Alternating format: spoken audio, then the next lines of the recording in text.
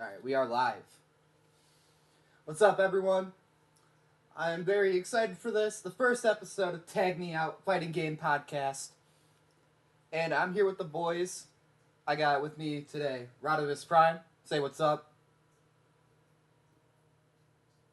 Hey guys, good to see you. I also got with me Nuclear Taco. Hey, Tucker. Glad to be here, be able to discuss this. Thanks to Sal for inviting me. Yeah, no problem. I also got here with the boy Mobius Raven too. Say what's up. Hello, everyone. It's good to see everybody again. I know it's been Looking forward to this. Well, technically, it hasn't been any minute because this is the first one ever. I think the last time I did something like this. But it was has been a Mortal good minute Kombat. since we've been together. Yeah, all four of us. Yeah, it's been a minute. But here with this episode, we're going to be talking about the tag-based fighting game situation. Where I honestly feel like a lot of the tag people are just unhappy with the games coming out. From what I've been seeing on like Twitter and shit. So I invited some of my tag friends to see, like, because I'm the Mortal Kombat player. So we're going to be discussing the new tag games coming out, including Hunter x Hunter that already came out, but we're probably not going to talk about that one.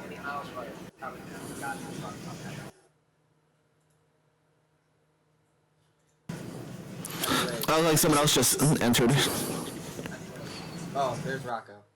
Oh hey, Feet, welcome in. Rocco, say what's up to the chat.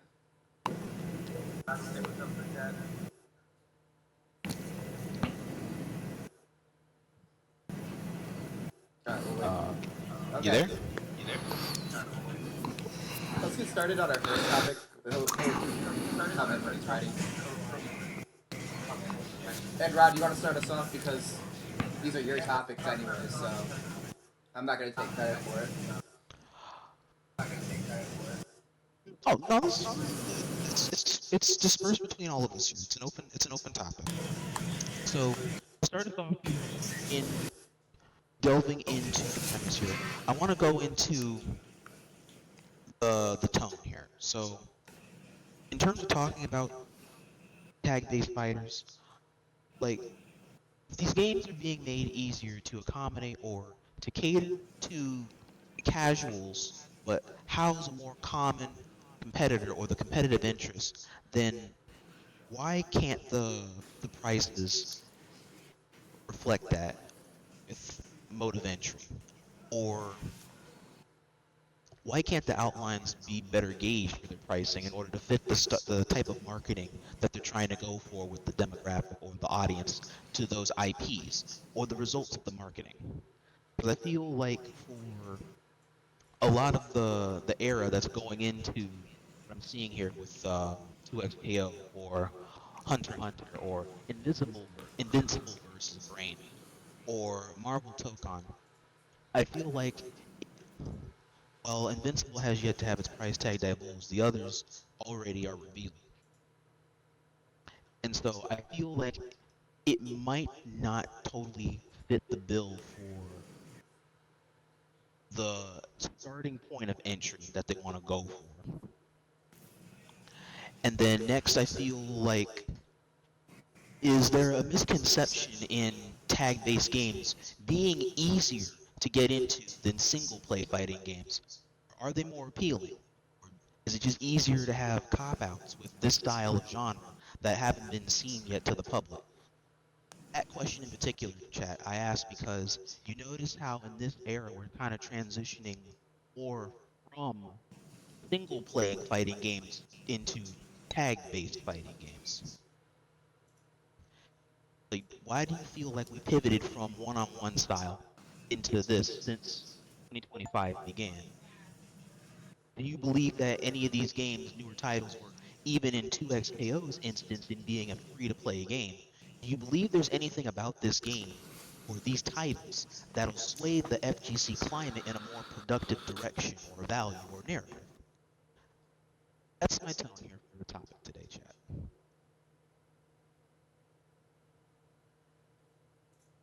Yeah, that's a lot of questions, man.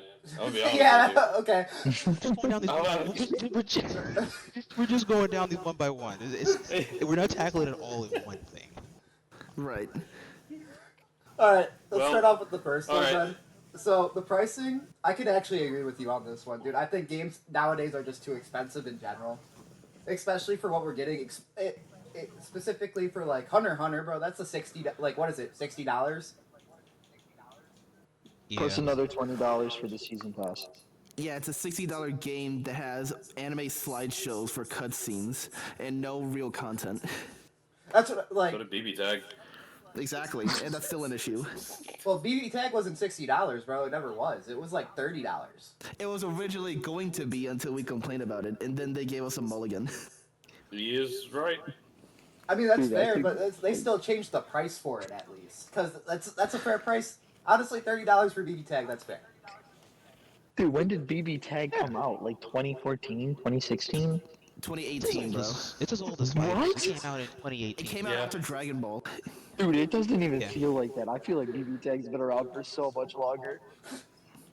No, the It was in a IP. weird situation where they would like the game would get an update like yearly, but they would never advertise it. It would just randomly happen.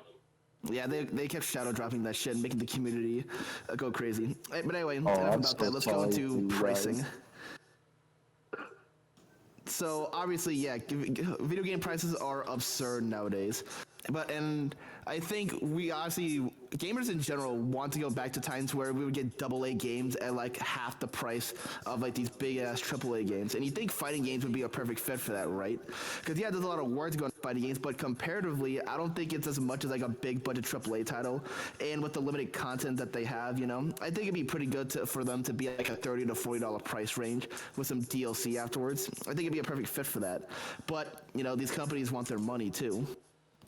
Wait, Taco, besides Tekken, Street Fighter, and MK, what would be considered AAA for a fighting game?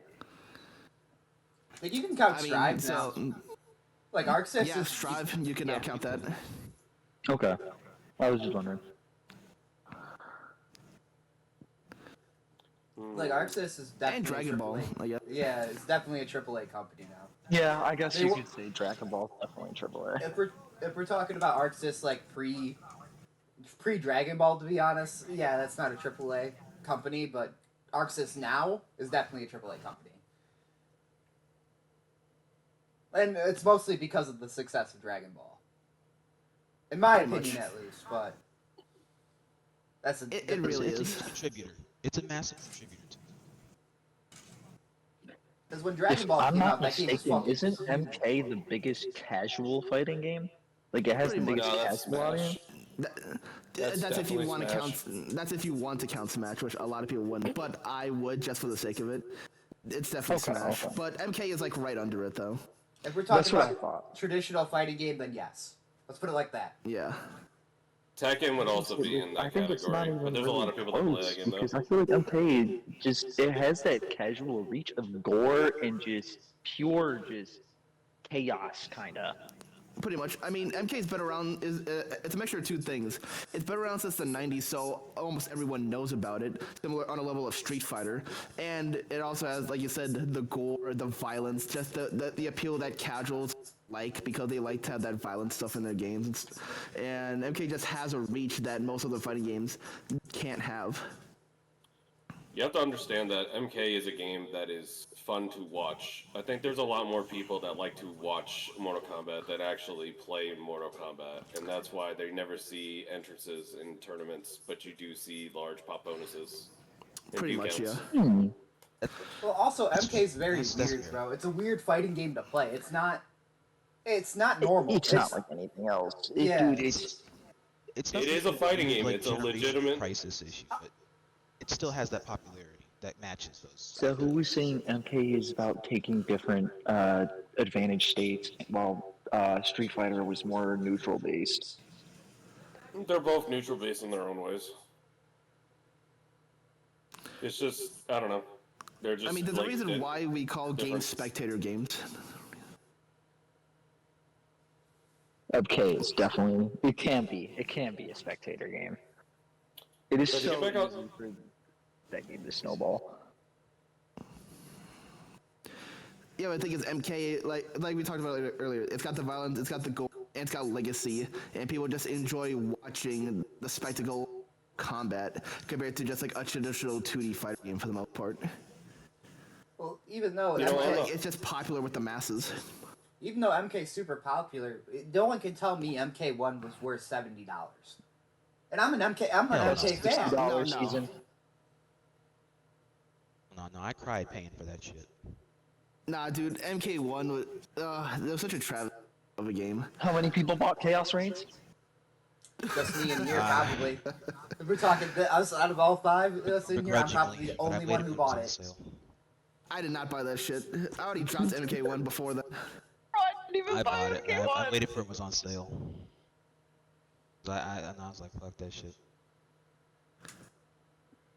Well, dude, it was like $50 for DLC or some shit like that. It was practically a new game. Like for 6 characters. Basically, Yeah. It was $60. So with that as like, so with this topic, I also want this to go into another topic, which is about like appealing to casual stuff like that. So, in my opinion, a big problem a lot of fighting games, a lot of modern fighting games specifically, is just the lack of content like outside of the pure fighting. Because let's take MK1 for example. You do the story mode. There's literally nothing else after that. Yeah, you're sure you have that one mode where it's like a board game and stuff, but everyone hated Invasions, that but because we it don't was talk boring as about that shit. mode. That mode is garbage. oh yeah, we don't talk Exactly, about that shit. it proved my point though. Yeah, it was so garbage that people found it so boring that they didn't want to play it.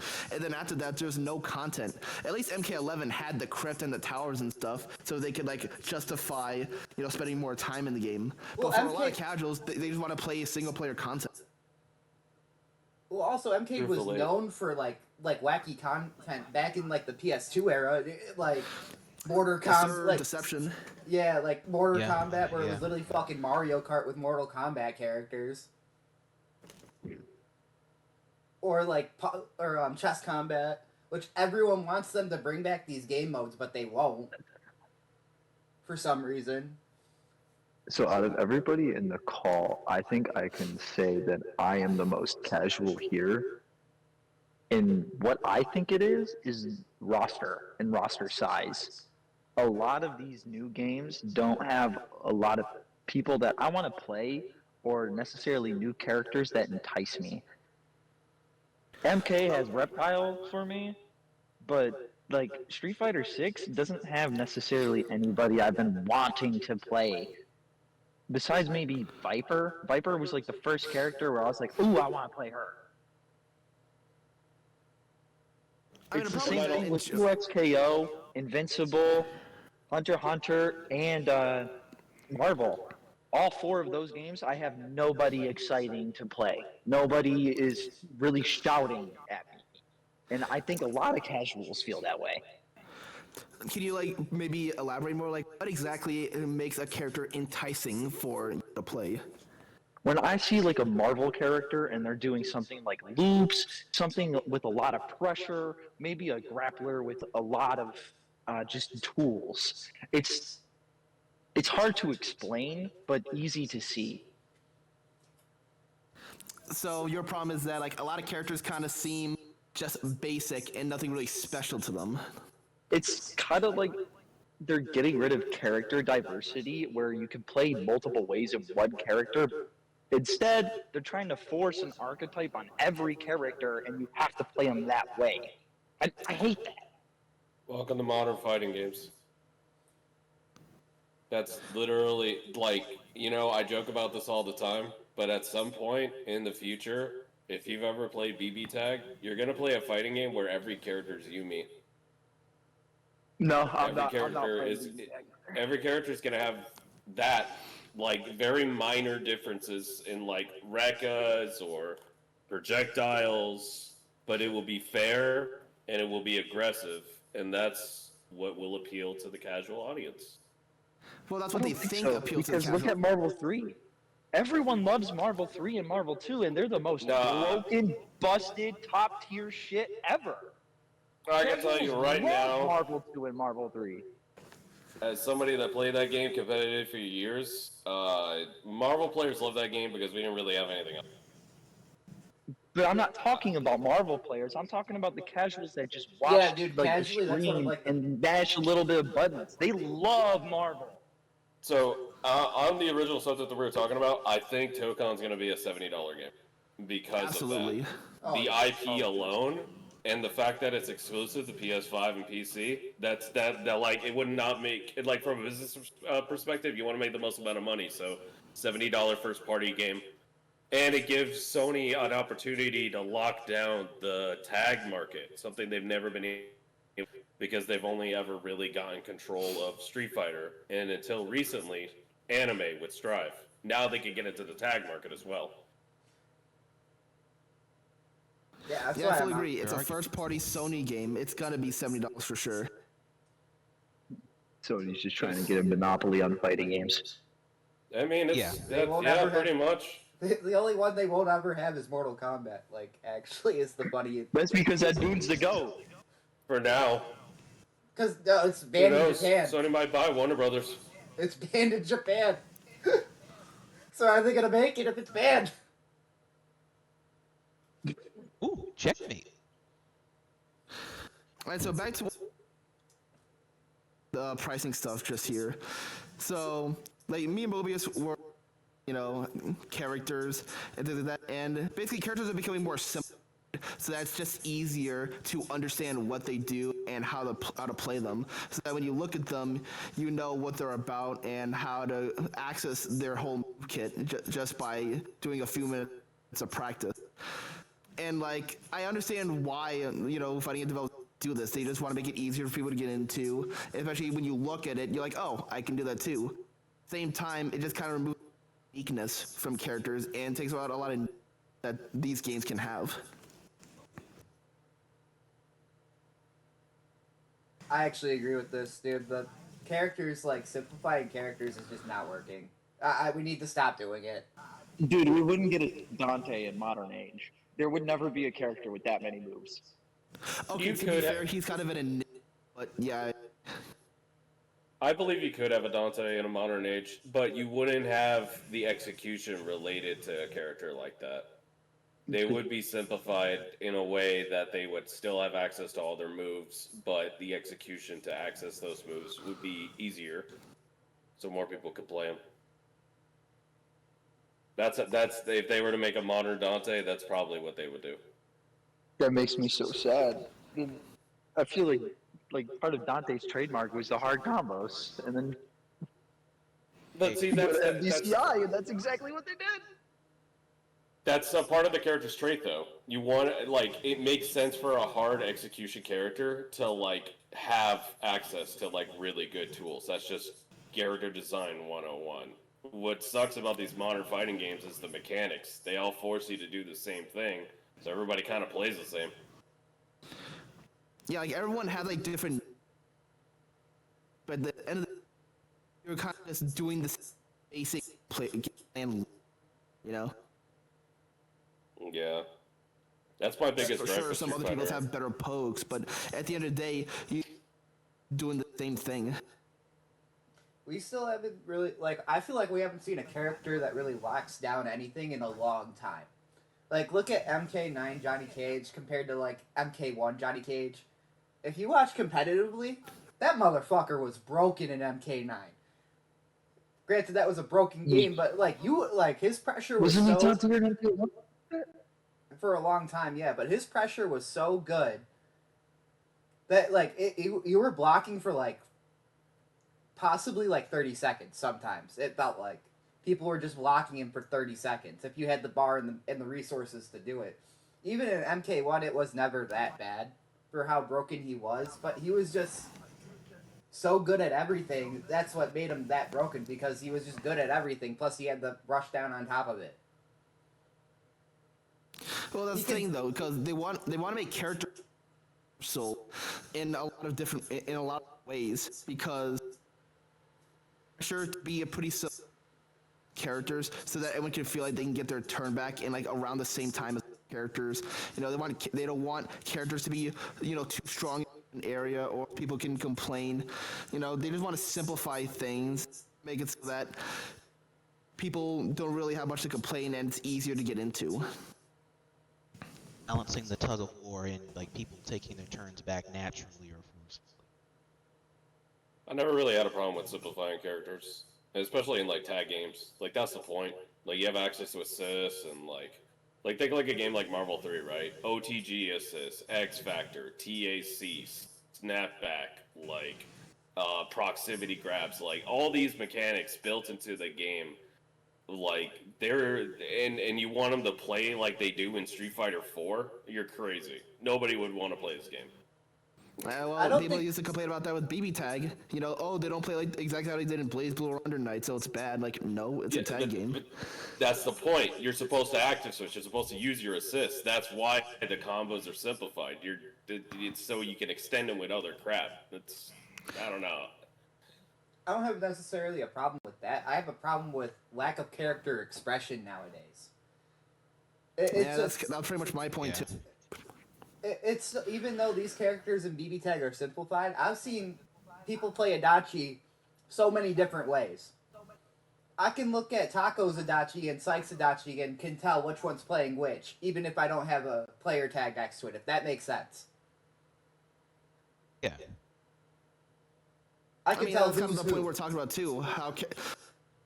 Because Rocco also brought up the point earlier too. How characters like they're meant to do the same thing, so like you can't really differentiate who's playing who because you're meant to play the character the one way. So it's hard to really play the way you want to play that character. In the defense of Adachi, he's a pretty universal character. Like he's amazing zoner, amazing lockdown. You could play him as a setup character. But like, give an example to a character like Yumi. Me and like every other Yumi player, we put each other right next to each other. We're all doing the same exact thing. We ever try to do something different, we're gonna lose, and it sucks. Okay. And Yeah, I'm but then afraid when that you see other. a character like, God. Well, I mean, basically, I'm just afraid that like we're gonna see more characters like that in the future in fighting games, and I'm not looking forward to it. I really Yeah, hope that's there's kinda- not a Yumi in Tokon. Yeah, that's kind of what I was just going for because like the more you simplify characters, the more just like boring and homogenous they mostly get. Where, like Sal said, you know, character expression is not gonna be much. Together, they're gonna play Ragna a very different way.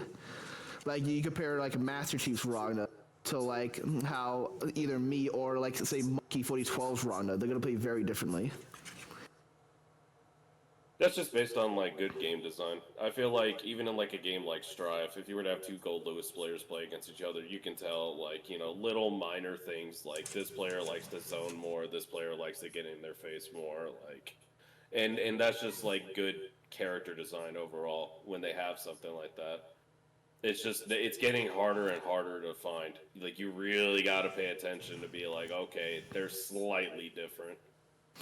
Well, let's use some tag games as examples. So, 2XKO is the easiest example because I'm pretty sure here played the Alpha Labs and can Didn't attest most of their us play experiences. it? Pretty much, yeah. I was about to say the only one I didn't play Alpha Lab 2, so I can't comment on that version of the game. Which I heard was the inferior version anyways. It absolutely was, but you know, What again, was so inferior about it? it's kind of hard to explain the feel of the game.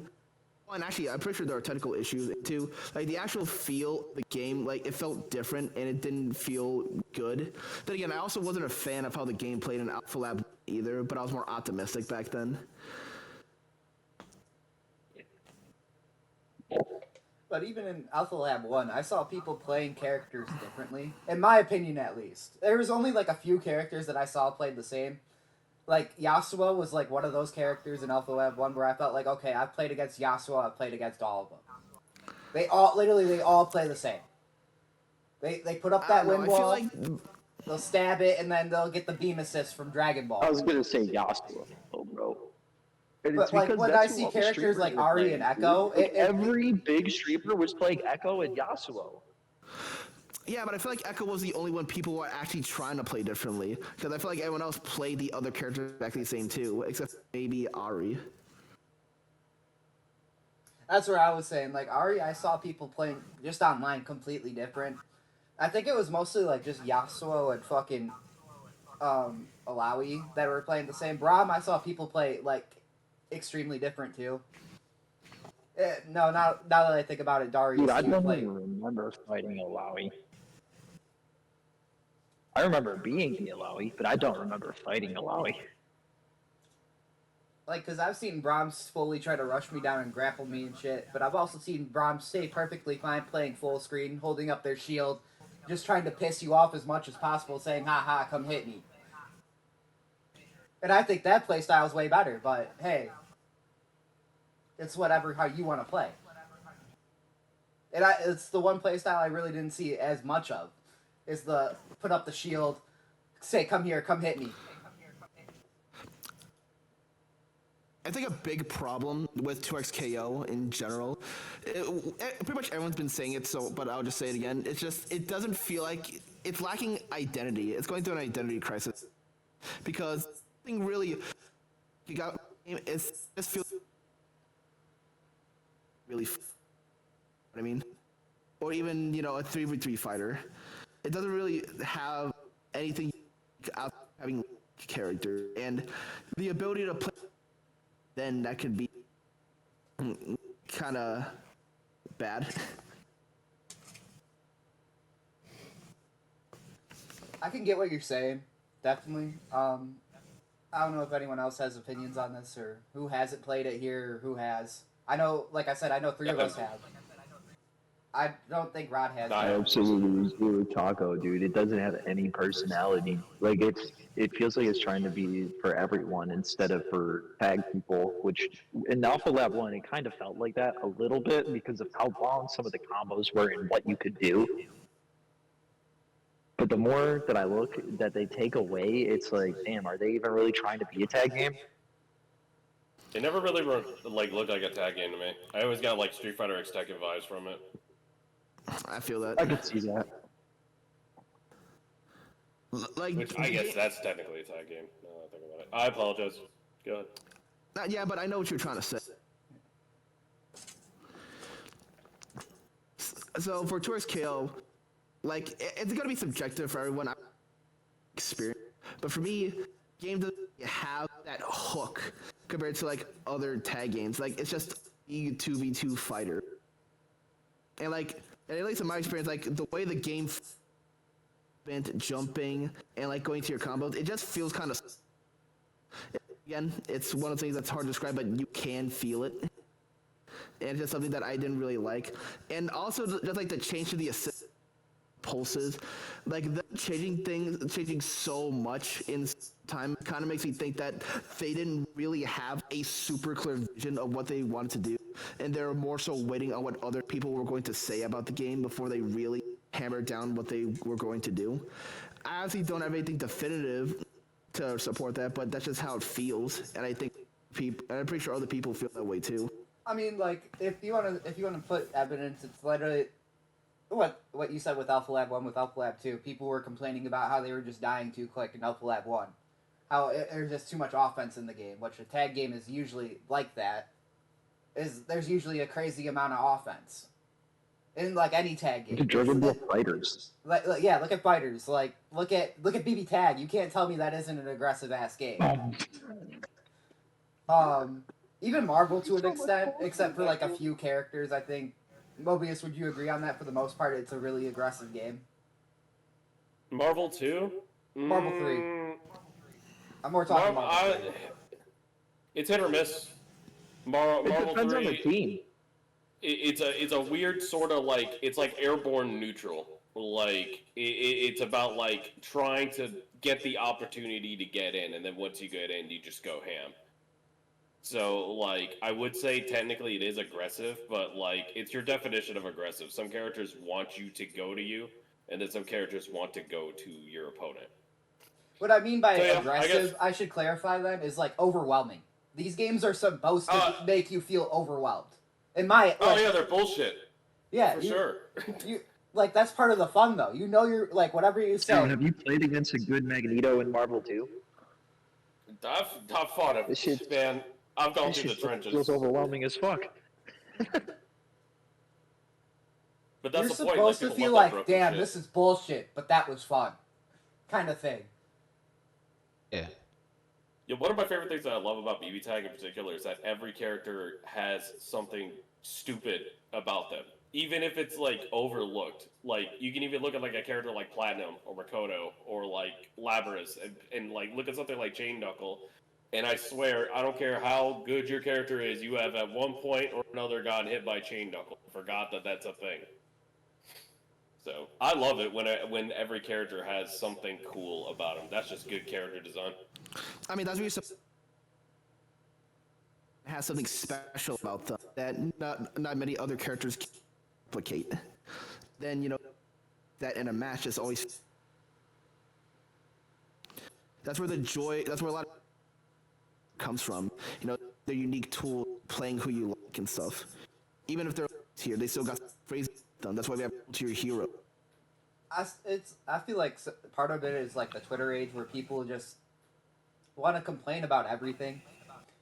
It's like Yeah, drama Being on farming. Twitter is the greatest thing I've ever done. I really wish You're a damn like liar. developers would just stop listening to Twitter and just make characters because it honestly feels like most fighting games is what I'm calling the MK11 problem, where every character just kind of feels the same. They want to put like, if you don't remember the MK11 days when that game was coming out, the whole meme was, oh, this character is a neutral base footsie character. Literally in every single time they were describing a character. Oh, this character is a neutral base Yeah, I remember that. I remember that shit. footsie character. Do you remember Oh, when everybody was complaining about Scorpion's teleport being a mid, so they changed it to a high? Oh yeah, I remember that. yeah. Wasn't it going to be safe? I don't remember. Yeah, That no, move never just should have from been a fighting changed. game developer's perspective. You want to be able to like roll out patches so something new and fresh comes to the game all the time. But you also have to simplify it in a way that like, anybody can play this game, but it's also like tough enough that like somebody could go into it and play it like normally. Yeah, Doesn't but it feel like we're at a it's the point in fighting games where just nobody's happy? Like, I look at the Strive players, they're not happy. I look at the MK players, they're dead in the water. I look at the Street Fighter 6 players, and they're just over there dry rushing. All right, I'm like, all right, so here's my hot take. All right, so Strive players tend to forget that they're anime players. We have Yeah. never gotten shit in our life. We have been stuck in the bathroom for every major since the beginning.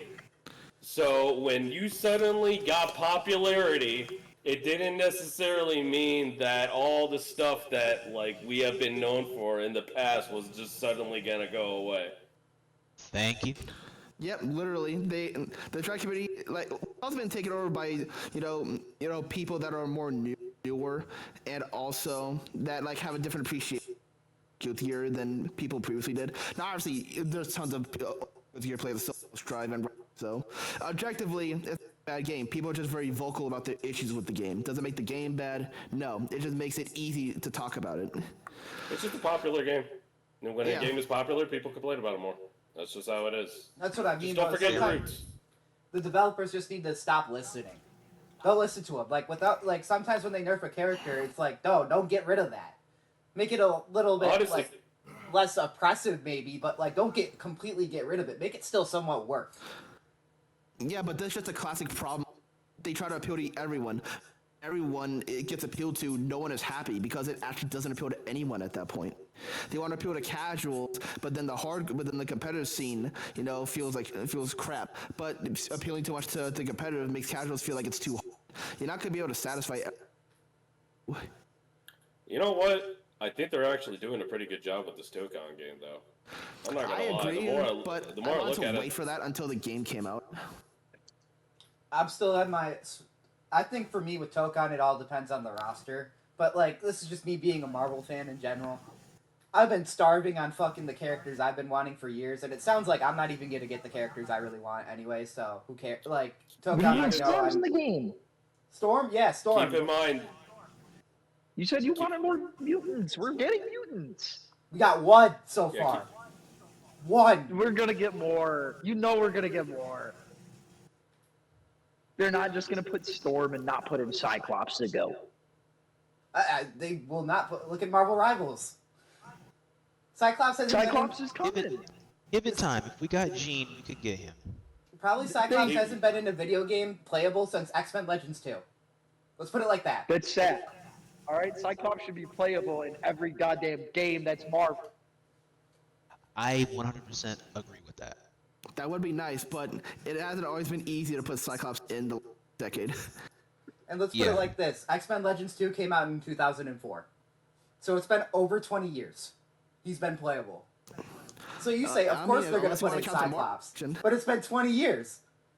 Especially in a game don't like worry, Marvel Rivals. Cyclops is coming to Tokon. I'm calling it now. Especially like a What? game like Marvel Rivals where Cyclops would actually shine in. He's still not in it. You have to keep in mind, this is not Marvel 4. Like, this is Marvel vs. Capcom 4. This is like a brand new Marvel project. All the characters that are going to be in this game are not going to play like the versions that we're used to. There's Yeah, not going to be any foot dive. There's not going to be any disruptors. There's not going to be any of the stuff that we are used to. And Like, honestly, you've already said Iron Man is like now a Homages to the zoner. old Marvel, so. I'm looking Hold on, forward to everyone's it. talking over each other. I'll give them time. It'll pan out. I was just gonna say that they are paying on the older designs too. For example, Doctor Doom, he doesn't have missiles anymore, but he has this new laser that acts similar to a lockdown, so stuff like that. But besides that, they already told us like from the beginning that they want to include characters that have not been in other fighting game projects before. So we're gonna see a bunch of new characters alongside some returning ones, which I'm actually excited for. And because we can get, again, it's not just new faces, but it's also them show and putting good faith in that they want to be a different fighting game than previous Marvel games, which I'm glad for. It shows they have a vision for what. If they don't put in the Fantastic Four, I'm gonna be so mad.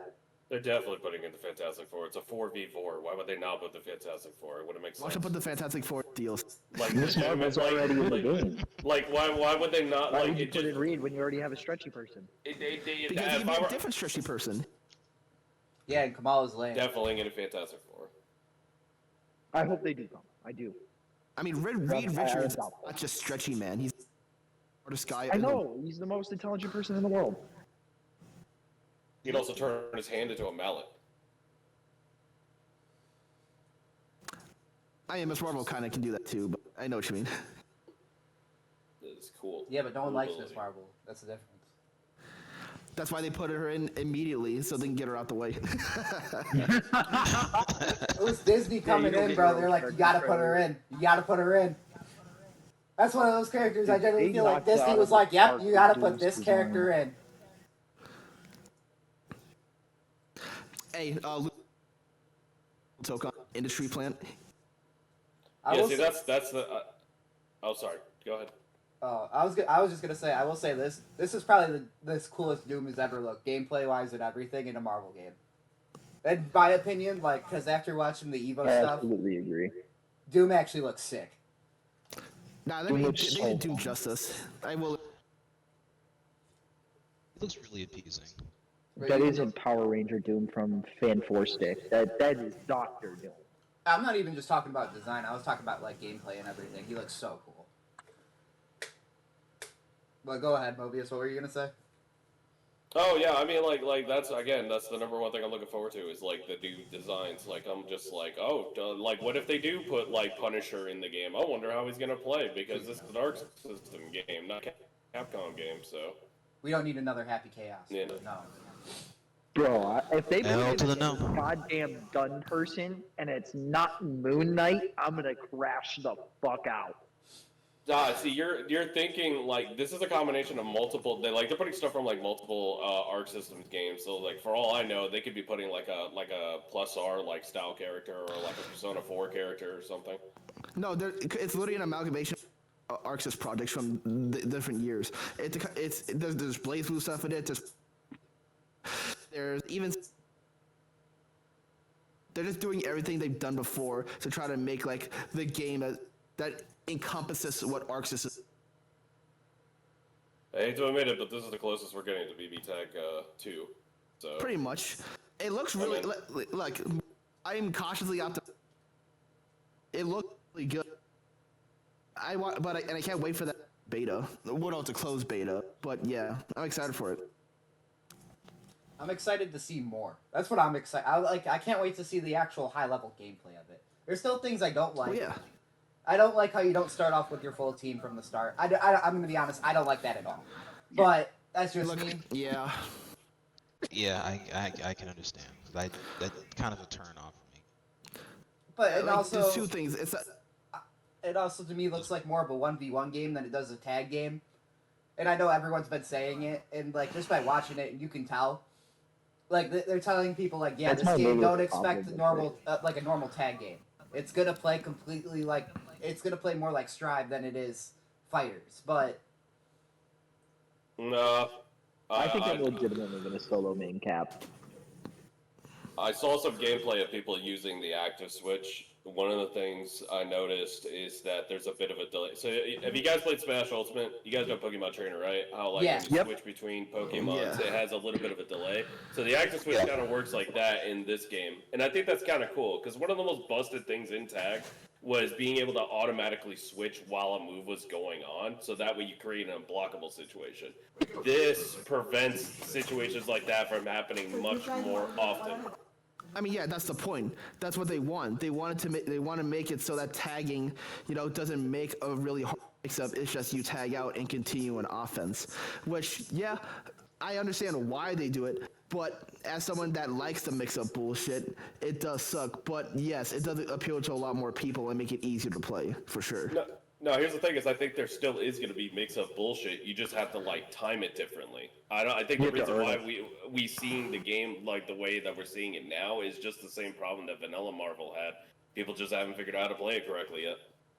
well, obviously, dude, they only had like an hour to play it, so no one's we haven't seen anything yet. Technically, we can judge that like this is like the basics. So like, okay, we can kind of understand how to play it, but like. It's still. My bad. Go ahead.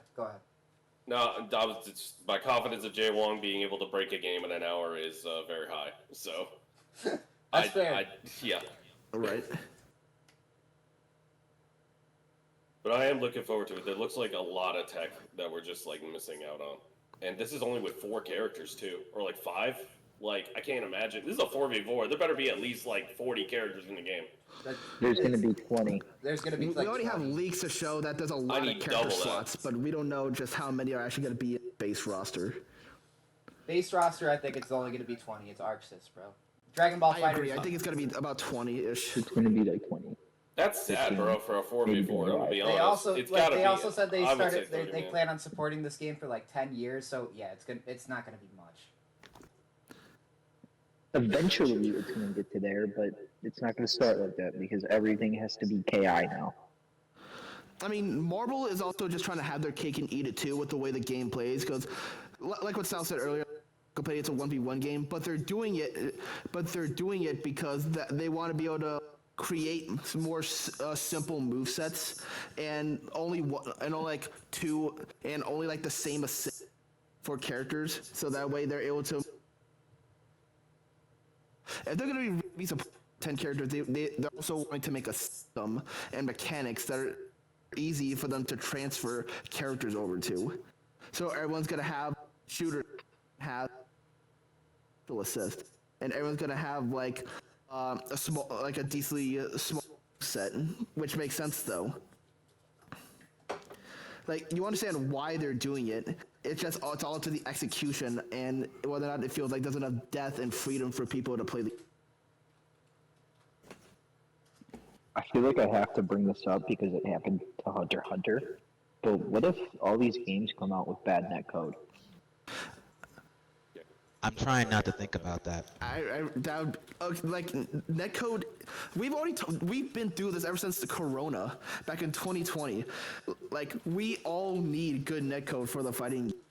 One of the biggest contributors to Strive being so popular was because it was the biggest game with rollback netcode at the time, so everyone could play from home and shit. Nowadays it is a requirement for you to good netcode, otherwise your shit's gonna be forgotten like Hunter x Hunter. Hunter x Hunter has other problems, but netcode was like the biggest thing.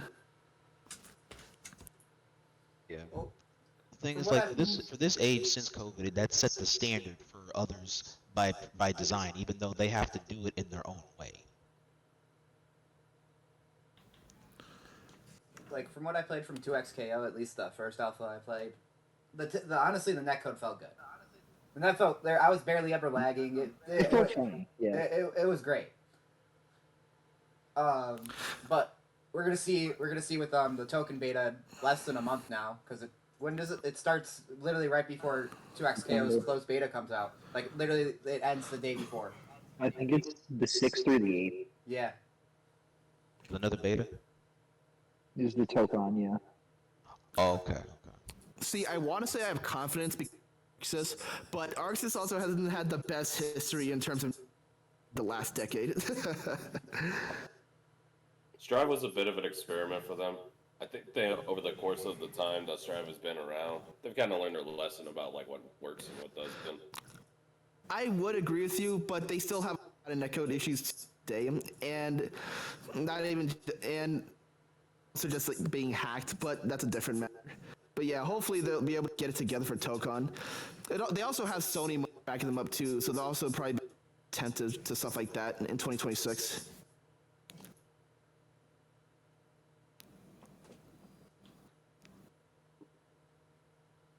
Yeah, I'm gonna be really disappointed if it's not like I know it's gonna be 20. That makes sense, right? But like, why? Why is it that every tag fighter is so afraid to just have a big roster nowadays? Like, you're already simplifying the hell out of the characters. What's stopping you from just adding more? I mean, one is probably just like development costs. Also development. Roster, you're gonna be spending a lot of money for it. Small roster. I mean, yeah, look, I know. I've been spoiled because like you look at Marvel 3 from when I was like younger, and since that day, I've been trying to find a true sequel to Marvel 3. BB Tag got really close for me, but I'm hoping You got that this MVCI. Tokon game. I'm hoping that Tokon will be that actual game that I've been waiting for. I honestly kind of feel you. I on mean, that. the original Marvel 3, yeah, had 36 characters, you know, and like and Ultimate added 12. For Tokon, you can see like 20.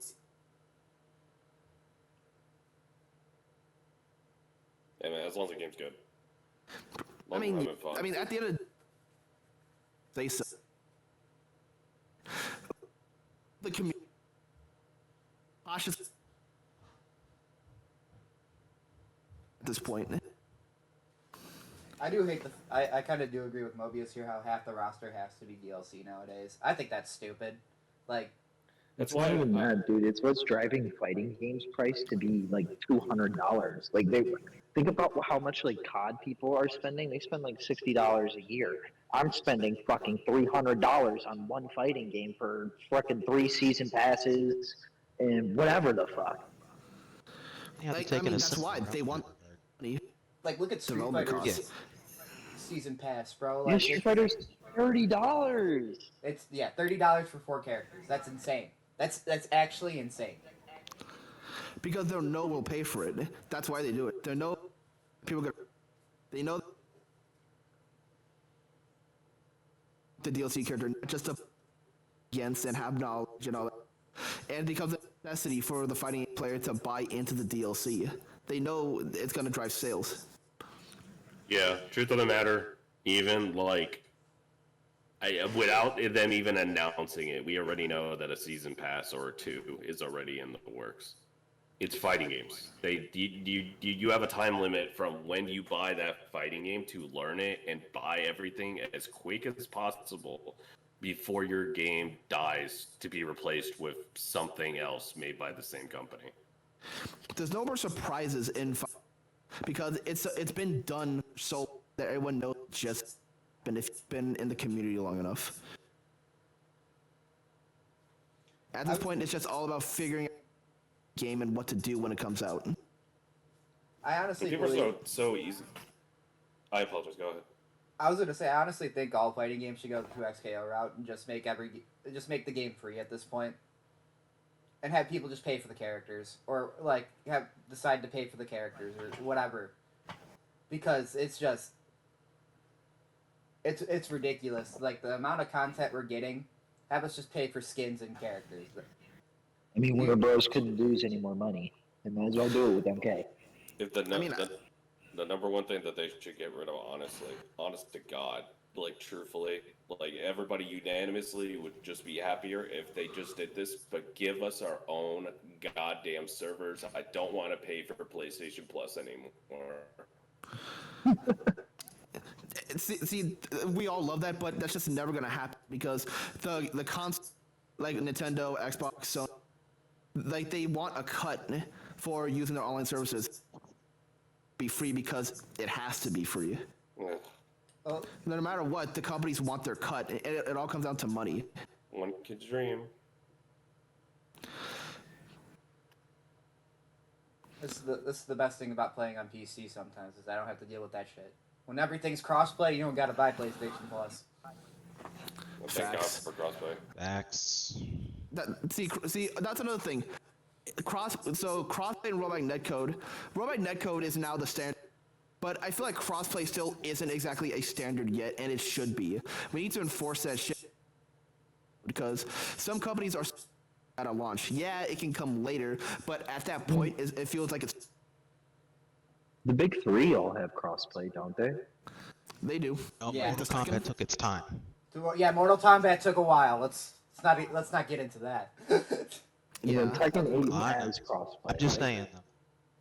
You know, they're saying at launch, MK didn't have. That's a different Felt too discussion for a different day. Fair, fair. So another thing, going back to the free-to-play stuff, I agree with. I feel like 2XKO, that could lead to a success. Is kind of. That's one thing it has going for it, and why it can appeal. A lot of people can actually try it, and it can appeal to people. Free, so harm in trying it, and because it's free, you can use it to push for characters, more skins, things like that. But at the same time, you need to be a pretty rich company to be able to do that, because that's also a big risk and investment for these companies.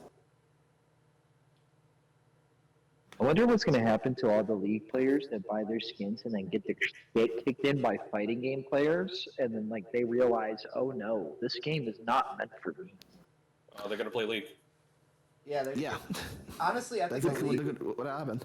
well, it's at the end of the day, that all comes down to like matchmaking. Just play, like, I'm still one of those people who think skill-based matchmaking is stupid in fighting games, but if we're not talking specifically ranked, like if I go into a casual match, I don't want skill-based matchmaking because let's say I'm trying out a different character. I don't want to go against the people who I'm usually going against when I'm playing my main team because I'm just going to get my ass kicked. Like, it's not going to be fun for either of us. You know what I'm saying? Because they're not going to... These people are weird, bro. I don't know what it is with people online with casuals, but they'll treat this shit like ranked, too. Have you noticed that? Like, I know this is Yeah. like an off-topic thing, Yeah. but, like... Casuals become sweaty, and then ranked becomes dangerous. I'm like, this is like well, most... casuals. I was about to say mostly in Mortal Kombat. When I'm playing a casual match, bro, I'll see people playing their main and then just start talking shit to me while I'm playing fucking like my third character, and I'm like, all right, let's go. I'm like, all right, let's go then, and I'll play like Baraka or something, one of my secondaries, whoop their ass, bro, and they start talking, and then they get mad and leave. Like, this is like literally the fighting game community. I'm like, come on, bro. Okay, well, outside of COD, that's just because people, no matter what, win and feel good. So even in a casual setting, it's gonna be that way. It's just that some are more vocal than others.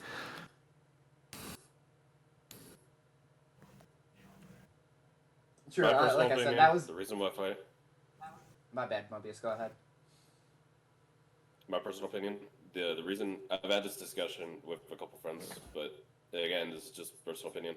The reason why fighting games aren't popular is, I think it's a psychological thing. I think people just don't like admitting that they're at a loss. That's why team games are more popular, because if something were to happen, you can like shift the blame towards somebody else, or you can shift the blame toward the game or something like that. But in a lot of cases in fighting games, if you were to make a mistake, a lot of cases it was you. You made that mistake, and it's hard to admit.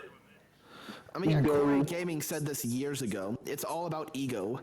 Team games protect ego. In a 1v1 game, it's all on you, so you actually have to admit that you sucked and you have to improve, which a lot of people, especially now, don't want to do. They don't want to go through the process of admitting their and have to put in more work. Especially since people already have stressful lives and people just want to get into the game and play the game and have too hard for the playing a video game. There's nothing wrong with wanting to enjoy something casually. Where it becomes a problem is when people start talking shit. That it's Pretty much. like yeah, I don't think you difficult fighting games are I mean, yes, technically this is a hobby, but like I have put more work into fighting games than I did my college career. Like, I'm gonna be honest. Yeah. I will say this, like, going back on topic with the new tag games, I love how 2XKO is allowing us to play with friends on the same team, like we each control a character. I know not everyone loves this, but personally I do. This should have been a thing. I think, honestly, It should have been every a thing. tag game should do this, but I might be on the unpopular opinion of that, because I don't think there's no harm in doing it. If you don't like it, you don't gotta play it. You don't have The to play fact that it. I can't do it in Dragon Ball is a crime. That can make it super fun. Because fighters did that shit with 3v3 arenas. Yeah, Yeah, that's that literally Street Fighter X Tekken stuff I was talking about. That's it. Yeah. Real ones know that Mortal Kombat 9 did that shit way back then, and everyone loved it. And you know that I wouldn't be surprised Yeah, that everyone Nostalgia did. was an Either engine. love or hate it, depend on how you played it. Yeah, like it's definitely that. And going back to what I said, and I did kind of brush the topic playing with, but that is one thing that can help the game. I will because one, it protects being able to be with the friend, but it's also more fun to and discuss while playing the game, and the feeling of two players being able to do and going with each other, their plan and executing something feel good for people. And even if they lose, well, they can just talk shit to their friend afterward and feel a bit better compared to having to hold all that, that rage and just you're gonna have.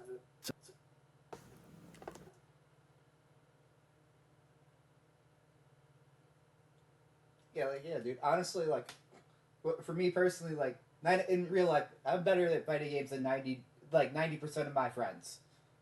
And if we're playing 2XKO and we're playing together, if he decides to blame me for the fucking game, I don't care. At the end of the day, I know I'm better than him. For the most part. Like, as long as it makes him having a better time on the game and actually wants him to, like, makes him want to play it more, that's all I care about. Like, I just want the games to do There's good. There's a misunderstanding when you're actually like kind of good at fighting games that even sometimes like you don't always want to go hard. Like you don't always want to play sweaty. Sometimes you just want to play for fun. Sometimes And- you want to just random super and bullshit. Yeah, honestly. And Yeah. it's difficult because some people will like get offended by that, thinking that you're like bullshitting and stuff like that. But then like people get mad over anything anyway. I mean, thing is, like, everyone's gonna. Here's the thing: people will say that, but like, there's tons of content and videos of playing quote unquote dumb, like they do like the same thing over and over again. Play kind of dumb or goofy and have a lot of fun. You can play a fighting game extremely. Have to sweat, and a lot of people are kind of losing understanding of that. Yeah, fighting games are hard; they're difficult, but you don't always have to be a sweat to enjoy the fighting game. I think Maximilian Dude said it best. Sometimes I just want to press buttons and see cool shit happen. Facts. Yeah, he's 100% right about people. At the end of the day, that's what people want. Simple way of putting it, it's correct. And it's unintentional too sometimes. Like I'm just playing the game the way the game is meant to be played. Like I'm not really like doing any like exotic, stupid, like untechable, unblockable, like unreachable thing. I'm just playing the game normally. I just want to have fun, and I'm sorry if I played a little too hard, I guess.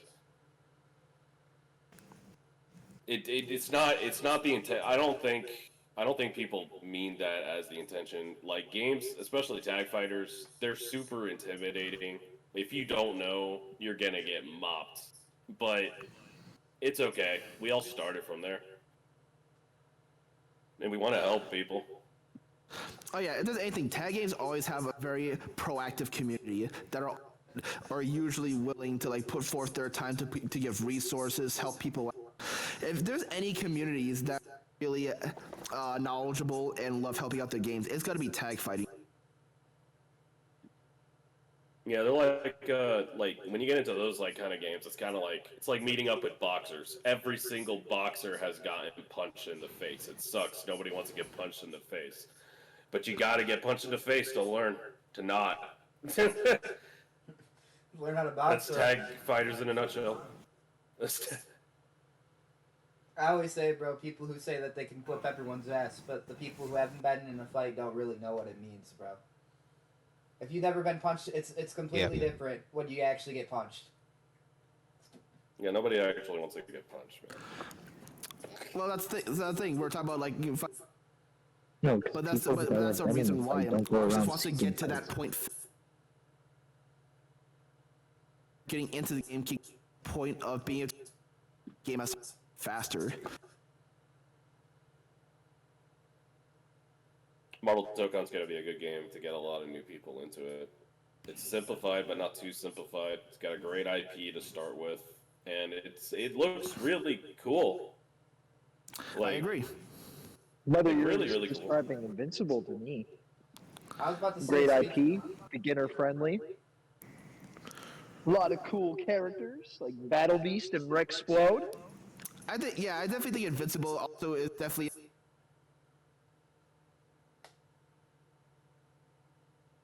It's gonna be Tokon and 2XKO.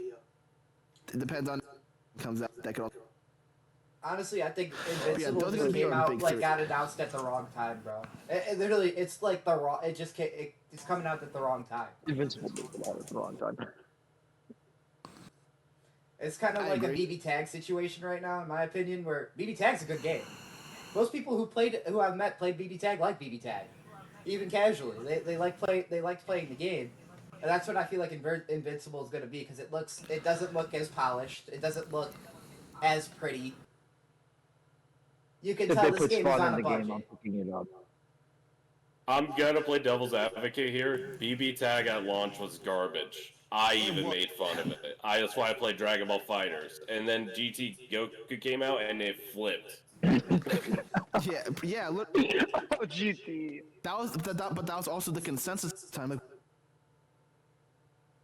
So maybe I don't know.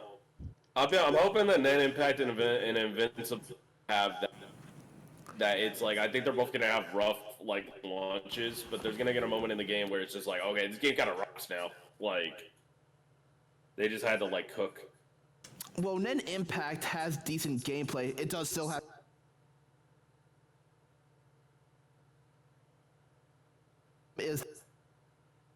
And things that they can patch.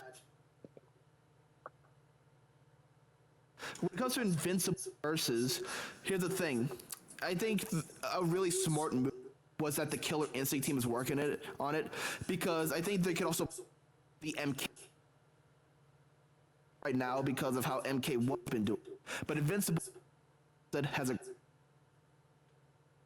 good amount of characters that people like, and it's also gonna have the gore, casual, and the MK audience. So I think them filling that niche is gonna help them a lot. Rod, you got anything to say about Invincible? Like, any opinions on it so far?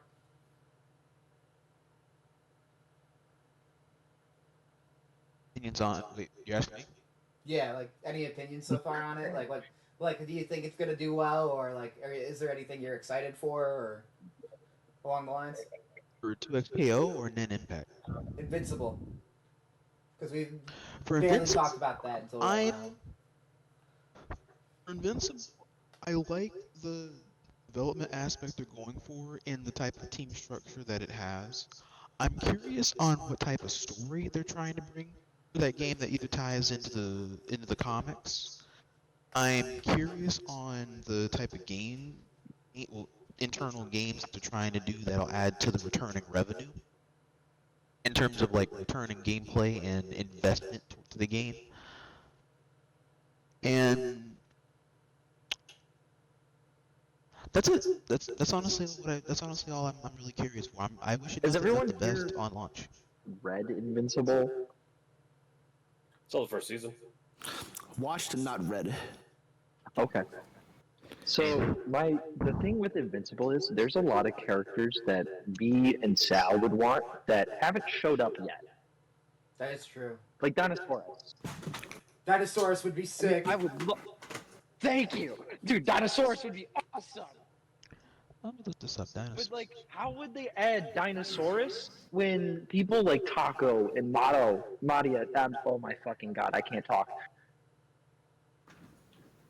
I promise But, you, like- if there's enough of demand for it, they'll put the character in there. Dinos. They want to get that money. This feels they're like probably a gonna use a the Killer DLC Instinct looking this character. He's coming like in the a new ki- season. This feels like a Killer Instinct looking character now that I actually just pulled it up what Dinosaurus looks like. Well, dude, Dude, yeah, this he is looks Killer fucking Instinct's development team. Exactly, and they could easily just put. So yeah. But Just my imagine, problem like, Richter, is but most 10 times people aren't bigger. going to know who he is. It's only really comic readers that know who he is right now until the new That's season okay. comes out. Yeah, but that doesn't matter. If a character looks cool, especially for something like Dinosaurs, people are gonna like it. They But put if a it character in looks Dragon cool Ball and does Fighters. cool But shit, it's where's the demand going to be other from the comic fans? again, Also, if a playing the character fighting looks game. cool and plays cool, people are gonna like the character. Yeah, it's put- really that straightforward sometimes. If I remember correctly, they put Hit in Dragon Ball Fighters before he showed up, like in the actual show. I think they Kinda, did. yeah. So Yeah, I could see them doing like putting characters from Invincible that are like haven't actually showing up in the show yet or whatever. Okay. Like here's the thing, it's I didn't- it's I a did not dinosaur know that. fighting game character. If anyone makes the Killer Instinct team, That is true. Yeah, I won't lie. Like, Yeah, that's why I said yeah, But- he could sell. it's not just Dinosaurus, though. There's a lot of characters in Invincible like that. Yeah, but just like I said, it's just as- fucking chat. and plays cool or unique, people are going to like that or respect that. For you guys. So you guys have some like visual. You gotta remember that these games are designed as like selling points. The reason that you use these particular IPs is because you want people to gain interest, to have like a reason to like come back to these things. It is so So- fucking cool. And also So like, a lot of like games will use I'll give the example of Marvel 3. If you look at like the roster of Marvel 3, all the Capcom side are games that they were trying to advertise at that era. Resident Evil 5, Bionic Commando, and so on and so forth. There weren't really any like legacy characters as much as there were like newer characters that they were trying to show off. And they do the same thing in like Smash Bros. there was like no Exactly. Captain Commando in Marvel 3 or even Mega Man. Mega Man was missing. The only legacy characters I can think of is Ryu and Akuma. There's a couple of them, but not nearly as many as the new ones. They really wanted to like it's, even in BB Tag, like they were really trying to push like the Ruby seasons with all the like Astrals and stuff with Neo and everything. Like Also, what's that one girl's name with the hair, bro? She's in the game. I forgot that character existed. I didn't even know she had a name, and she's in the game. So I don't know who you're talking about, bro. the one who I think like, you talk about the girl that uses her hair as a weapon. yeah. Who the fuck is that? Yeah, Invincible. That character has like no screen time, but she's in the game. In what game? Invincible. Invincible. no, I don't know shit about that series, man. I'll be honest. That Anime, uses that's her cool. hair? Oh, is she the Trying to think. Viltrumite? Yeah. My point exactly. You're just figuring this out now. Dude, she's the Royal Guard. Are you kidding? Wow, He you has more than me. importance to the lore, she just doesn't have importance to That's, the dude, that's show. quite clearly Nephro P2, the first DLC character of Hunter x Hunter then Impact. I'll play this. What do you want me to say? I don't know who that is. She was just random bumfuck Viltrumite and they put her in the game. Yeah, that's what I'm trying to. That's my point, dude. So they're gonna add some weird characters in that game because who else they're gonna put in? I mean, Spawn. Characters. they could put in Cell. Robot. Spawn. Robot would be cool. Spawn. You know what my favorite archetype in fighting games is? Robots. You want to take a guess at which character I'm probably gonna play in Invincible for? The robot. There you go, brother. Dude, they I should mean- put Ultron in Marvel That's Telecom. so real. That'd be Tron bots. I just want Blade in a fighting game. He's very likely. And again, they want characters that haven't been in a Marvel fighting game yet, so he's definitely likely to be in at some. Blade and Ultron. Let's go. Let's get back to so What? feel about certain mechanics, such as simple inputs in Toko Splat, and simple inputs. should be an Wall option. Splat. You have other things. How do you guys feel? All right, I got a hot take. I feel wall splat. I'll go for it. Go ahead, Rod. You can talk first. It's fine. I'll save mine for later, because I know not everyone's simple gonna agree. inputs can be fine if they're trying to introduce input variations where like how Street Fighter did it, where you have a set system on one side for easier input notations, and then you have just classic base. If they did more of that style for more games going forward, I think that would do good to appease both types of players for an older thinking and newer thinking. Wall splat, I don't like that mechanic too much for some games. I think it could kind of be made either like a selective thing for some games, or it could just be phased out entirely. Because that just adds to the simplicity of just getting to the corner and then GG's.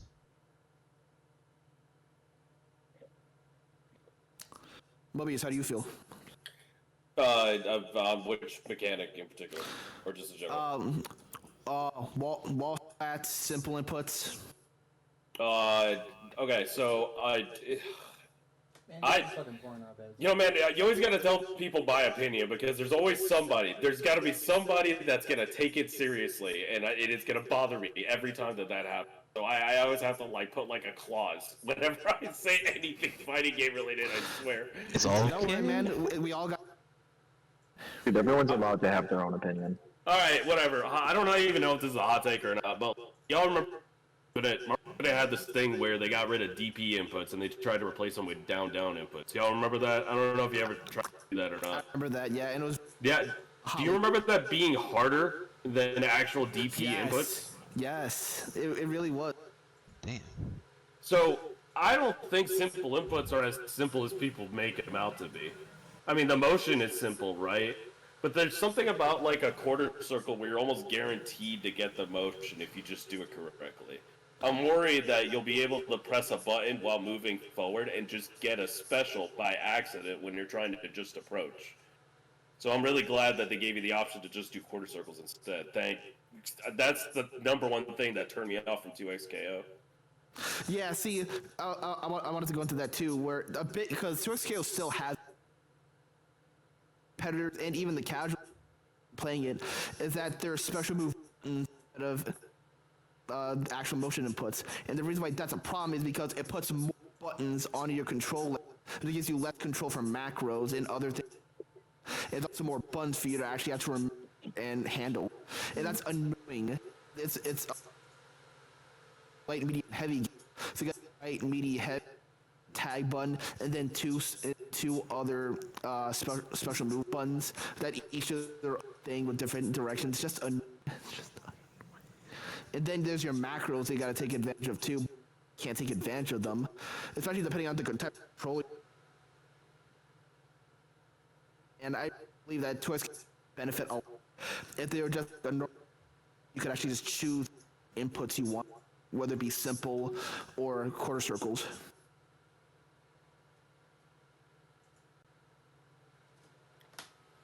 it's important that they get this netcode down, because if you're gonna have simple inputs like that, all right.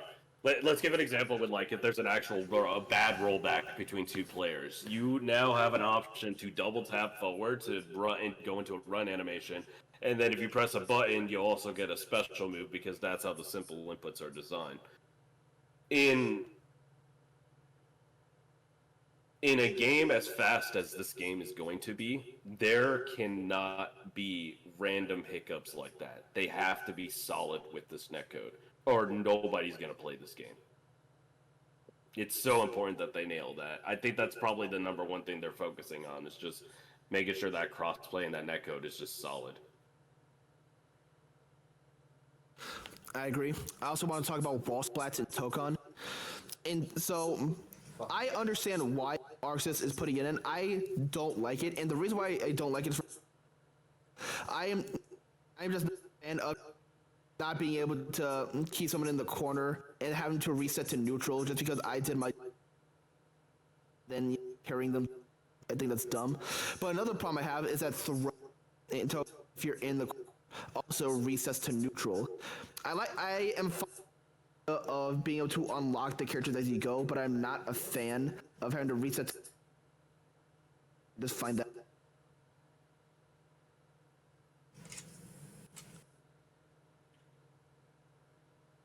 I also feel like that, like the wall splats, exactly how like regular wall splats work, because the way the wall splats work in the game, technically through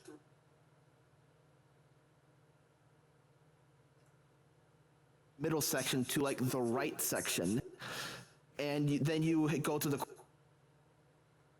It doesn't break; it just wall splats. But also a way to limit your combos in the, which I'm also not a fan of.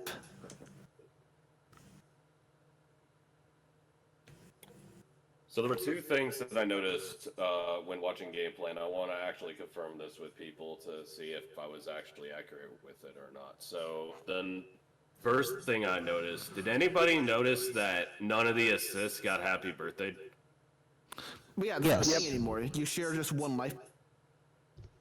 Right. So yeah, one of the mechanics you were talking about that that bothered you was the fact that you have to wait. Or somebody was mentioning, I don't remember who, but somebody mentioned about like that you start off with one character and then eventually go to like 4.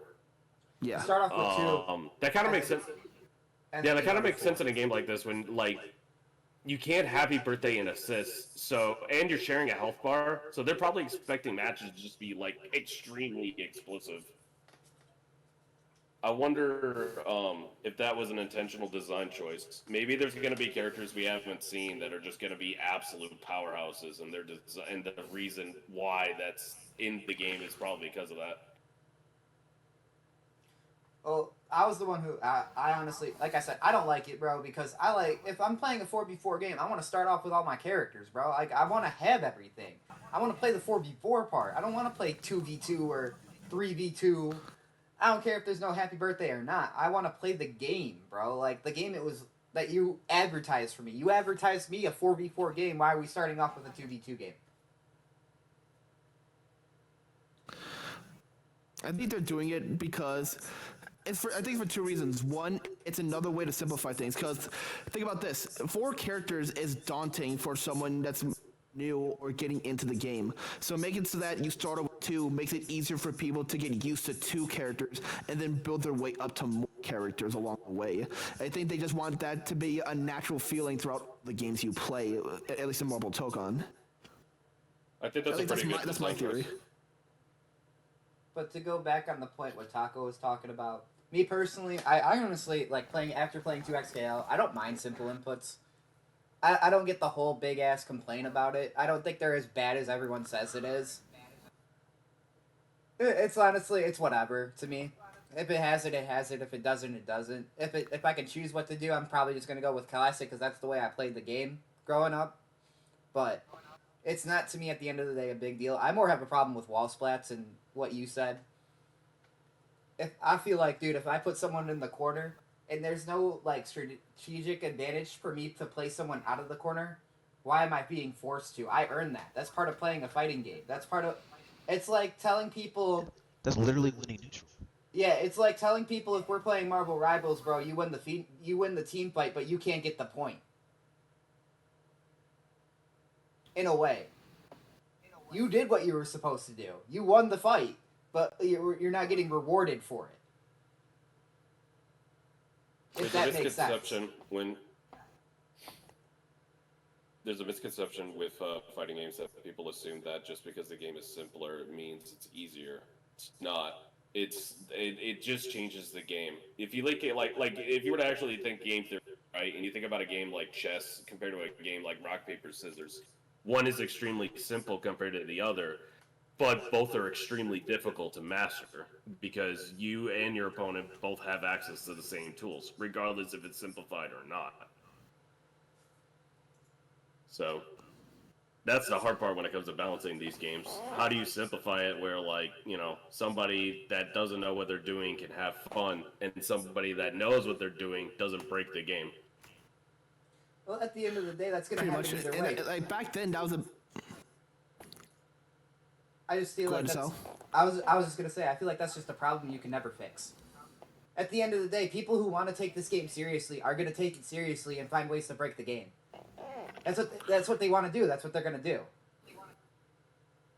It's a problem that's occurred from the beginning of competitive gaming. In the beginning of sports.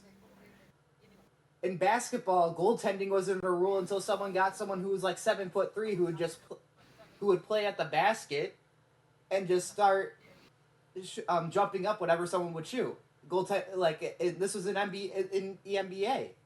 So what they did to counter that was actually it was the Detroit Pistons. Funny enough, this was back then when there wasn't no shot clock either. They would just play keep away the whole time. They would get an early basket and just play keep away, and not let them get the ball. So that's why there's a shot clock. That's why the shot clock was made.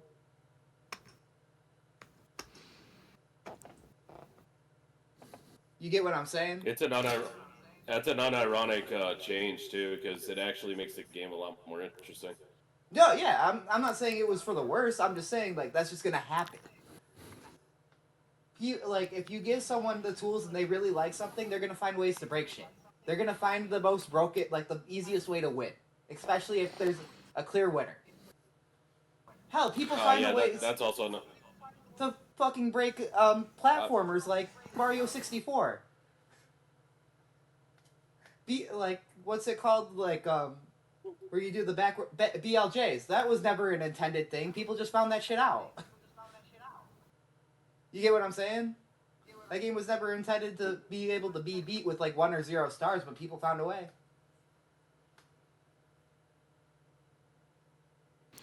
No matter what, there's going to be the sweats. That's going to be. And right now, fighting games they're asking them, like, either we support, struggle to support both. That's where fighting games are at right now.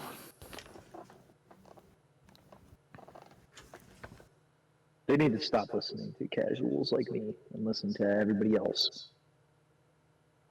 The problem, reason why, because no matter what, no matter how much we want, and the more casuals a game has, the more and more money that the companies get, which is why they want so bad to try to get an audience of casuals. And the only one that's really been super successful in doing that is a game like Mortal Kombat, but for different reasons than the fighting itself. Yeah, but even Mortal Kombat's starting to lose that now. Well, since we do It have a doesn't make casual... it. It's still able to grasp. My bad, Rod, go ahead.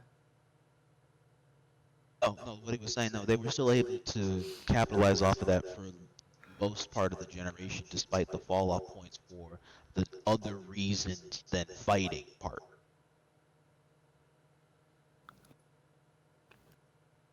I think NetherRealm should just make a new IP.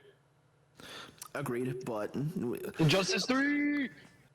Nah, like, try something completely different. Let's just Right. go, like, full OCs. No, Give me the please give me the Injustice horror 3. game. Please, please. no. As much as I I'm co-sign so that, tired of this is the Injustice. thing. as much as I do co-sign Injustice 3, the thing here is like look at what Arxis did in the showcase that they did in the most recent thing that or whatever that shit was that they did. They took a chance on introducing a new IP, some dragons and something thing, in order to give it life. In the wake of the Twitter doom and gloom on no Guilty Gear update, no Fighters update, no Blaze Blue thing, or Lucy reveal at that time, they just tried to just do something totally new. I don't see why at that point they could take a chance for a new IP in the pool like that. That way it's not an either or of a Mortal Kombat or Injustice conversation. There could be a third pivot. Are you talking about DNF Duel? Is that what you're talking about, Rod? No, that's not an art project. Yeah, I'm about to say. So, what game were you talking about? No, it was a dragon game or something that they had introduced, that they showcased at the arc. Oh yeah, This no, is, well, You talking about Damon and Baby? Is that what you're talking about? I think that's it. Yes. I've never even heard of this. Yeah. Well, yeah, because so all right, so Dude, I what thought he Rob was talking about is the Double Arxis Dragons. showcase, and Arxis is making a new IP. That's what Rod was talking about. Where Yeah, Daisuke, yeah. the creator of Guilty Gear, is making a new game that's not a fighting game for the Arcs. But that's what Arcs is trying to branch into other projects that's not fighting game related because they don't want to be a pure fighting game company anymore. And they haven't entirely been. They published other stuff besides fighting games, but now they're actually trying to have that as part of their core business where they can actually have other games. That's a completely different topic, though. I know, but I'm just saying that just fuels my argument here in case of an IP, a company that can progressively create a new IP and can afford to do that. I was gonna say I do want to Probably got to be in the right position. on the simple inputs and the wall breaks because we do have a casual player in here, so I want to get their opinion on that because that's what it's meant for, right? For the casuals more than it is meant for us. So, Rocco, if you want to say something about it, go ahead. I hate it. I actively hate that there isn't an option between motion and simple. Like that's the reason why I want to play Invincible the most is because it's got motion inputs, and I love doing motion inputs. All right, I do. I love doing my quarter circles, my DPs, and my other shit. I love it. I love you doing actually a fighters can. combo where it's actually fucking difficult in the lab. I love booting up the lab on Marvel 3 and just fucking around on Dante. What's the point when what's the point when I can't strain my fingers? I like straining my fingers. That's the whole point. I'm going into the lab. It just, I don't know. Sometimes it feels like it's not the same execution as it was before. Even with 2XKO when we were playing, it felt like everything was a little bit watered down. Like I don't know. It didn't have that same impact as a special move, as a Hadouken, as a Shoryuken. It felt like just another button. Yeah, that's definitely a point of contention, and I'm pretty sure Mobius is going to bring it up too. But in Marble Tokon, there is an option. You can choose between the simple inputs or the advanced inputs. You can swap the inputs if you want. I think It's only 2XKO is the only 2XKO one. that has that problem. legitimately, as soon as I saw that, that's what got me to get interested in it. I tried to see if I could pre-order it right there and then. Yeah, a lot of people, Twitter too. Everyone was cheering, just for the. Yeah, as soon I'm not as I saw excited that. for Marvel because it's an Arxis game. I didn't really like Strive. I like You and a Fighters lot of people. lot. But the fact that everyone's saying, "Oh, it's playing like an Arxis game," that immediately turned me off. Immediately, I was like, "Oh, it's another Strive, not another Fighters like I wanted." I wanted this to be Fighters 2. I didn't want it to be Marvel 5. I wanted it to be Fighters 2. And it sounds like it's more going to be of a Strive 2 than it is Dragon Ball Fighters. I think it's gonna be more Persona, to be honest. I agree. I think it's gonna be Persona and Grand Blue versus. How did I've Persona played play? Persona. He likes Grand Boog even less than Strive. I wanted to. If you don't mind, I wanted to mention something related to that wall break. So, in old Marvel games, they had proximity throws. So at the beginning of the game, what you could do is that you could basically move around, And that was a cool concept, but it was broken in Marvel because proximity throws meant that you could just mash the heavy button and press forward and you'll just get a grab. And for some characters, that's death, like right there and then. Magneto. They don't have proximity throws in this game. They have an actual button input. So I think it's kind of cool. It actually adds a layer that you can get really creative on how to approach now, and I don't have to like worry about stupid shit like that from the older games. And I noticed that with the wall breaker too, that they kind of reset their positions. They didn't necessarily like it wasn't like Strive where it was just like, okay, round's over, we broke the wall, let's get back to the neutral in the middle. Like no, there was actually like you could position, and that's cool. Funny enough, Well, correct me if I'm wrong. In Strive, if you break the wall with a super, don't you get Oki? yes, you get a hard knockdown. Partially, it gets a hard knockdown at round start. You know what's funny enough? Like, how He much means I've been round shitting start. on RS this podcast. I honestly think Injustice 2 did wall break the best with stage transitions. I guess if you want to call it like. I like Injustice 2s. I so agree. But they were aesthetic. They weren't really like gameplay. Well, related with the with- Well, gameplay, they it also did made affect sense gameplay. too. It was a part of the gameplay. Because here's the thing in Playing on Injustice. Gorilla City was a lot different than playing in Metropolis. Because with Injustice 2, where it No, affects. but did it actually like do anything? Yeah, Like it affect did. your health and stuff?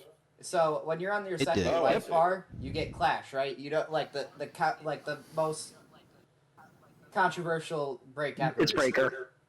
Breaker. Oh, okay. The second most controversial breaker ever is Clash. You know what Clash is, right? So basically, it's combo breaker where you can clash any hit, but what you do is you go into like this betting mode where you can bet your meter to get health back or take away the opponent's health. Oh, okay. You get to yeah, I've heard gamble of with the this. bar. So like let's say you Best have 4 mechanic ever bars made. and You your get opponent one has and your opponent gets one. yeah, and your opponent has like 3 bars. If you spend all 4 bars and they spend 0 bars, you'll get like 33% back or taken away. Or you take away their health with like 33%. It was a lot. But to help avoid that, you could either do meter burn special moves that were like any meter burn special move was unclashable, or forward 3 or back 3, which was the wall bounces and the ground bounces. Or you could stage transition them. So if they're close enough to the corner, you could like do your combo, but you could either keep them in the corner but risk getting clashed, or what you could do is get them out of the corner but force unclashable or unbreakable damage with the stage transition because you can't clash it. That's what I mean by I liked. That's what I mean by like Injustice 2 did it best with it because they like I said, it was actually a big part of the game, but there was a reason to do it, and it was also all up to you. It was a choice. You get what I'm saying? Yeah, I gotcha. And it looked cool. I like all the What stage. kind of? What, My bad. Go ahead. I was gonna say we're kind of losing the plot here. So like, what exactly? What exactly is this comparison between like the Injustice 1 and like Tokon? Oh, I was just comparing the wall breaks. That's it. Like the wall breaks actually meant something to me in Injustice 2, where like the wall breaks are like once you get your characters in Tokon, what the fuck is the point of wall breaking? Now I'm just seeing it just to Actually- see it, and I'm just I losing. was looking at gameplay right now. I think it's like more like a Dragon Ball wall break than an Injustice one. That's really interesting that they're applying it that way. Sorry, I didn't mean to interrupt you. No, you're good. It feels a part of the conversation aspect. I think Fighters does it good too, but that's a different topic. But the thing is, why I don't like the wall break is because it does 2 things. One, if you're in the center stage and you're not to the right stage, it just resets to neutral and you have to work for that again. Which a lot of people, which there are people that would say, "Oh, well, you're just bad at the game if you don't want to do that and you can't get them back." Like, no, it's just because it takes away the reward of getting to them into the corner. You know, the natural thing you're supposed to do in the game. And I think, and I'm not entirely sure, but one thing I fear for the wall splat in, like you say, in the left or right stages when you get them to the wall and then they splat, is that just ends your combo there and you just have to wait for them to recover. Which I'm not sure, but that's something that I might not like, if that is the case. I agree. That's what I'm trying to say. After you get your teammates back, because that's the whole point of doing it. Now we're wall splatting for no reason, and it feels like it happens naturally too. It just from being in the corner. From what I saw from the gameplay, I could be wrong. Like it actually has to be triggered by yourself, but because I've seen it happen didn't they mid-match. say it had to be triggered? Another problem I have is that in Tokon, if you throw someone in the corner, it wall breaks. So if you're in the center stage and you throw someone in the corner, it wall breaks. It wall breaks automatically. So it makes the throw game weaker too. If you're not throwing either from the screen or back throwing someone, which I just don't like either. Yeah, but it means no throw loops. Is that apply to command grabs as well? I think so. I'm not sure about command grabs. But I don't know. I don't think we've seen Your a retro yet. one of your characters. Throws will give you back one of your characters, and not the case for command grabs. But the reason why I like, and yeah, you're saying, back to what Rock was saying, because he said, yeah, but no throw loops. That's the reason they're doing it, because they don't want people to feel pressure and get mad when they're stuck in the corner having to block a bunch of bullshit. So they're making it so that it's control for reset. Fucking love throw loops. Oh, okay. You're the only one. Oh, I know. So Miss Marvel has a command grab super. Looks like it doesn't. I think it's just a throw thing, like by itself, which is also something Dragon Ball related. Now that I think about it.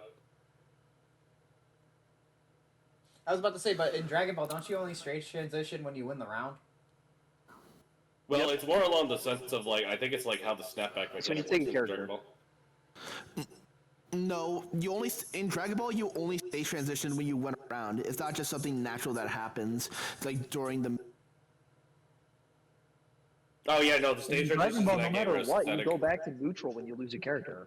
Yeah, that's why it's kind of cool when it happens, because no matter what, you're going back to the same spot.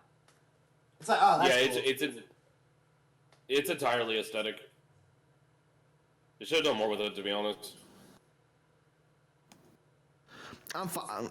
I actually like Did you that. guys play Dragon Ball during the rollback beta when you would stage transition and it would like lag? Bro, that was a good time, bro. I literally fell asleep on my PC desk on the way. The Oh my laughing God. stock of Twitter, man. Twitter was crazy. Nothing. It was such a kooky time. Nothing Dude, I was actually more had no funny. reverse experience in the beta where I only had the stage transitions glitch and everything else was running perfectly fine, nothing else. Nothing was more funny to me than my friend's fucking stage turning into a Minecraft background and TN multiplying into multiple forms because the rollback was like after imaging him. Y'all remember that glitch? I don't. I do. Oh, that shit was hilarious. Good times. Oh, with the Gogeta Yeah. Blue? Oh my 82. god, so funny. I wasn't there for that, bro. I missed all of this. So you should have. Dude, you should have. It was like the time to play Dragon Ball. Yeah, That it was when a weird- Dragon I Ball was going through back. like my party stage at that point, bro. I was partying like a motherfucker when that shit came out. Yeah, it would create some weird after image. So like my friend was playing TN, and he would like purposely do it to the point that there's like 40 TNs on screen. I literally can't see where he is.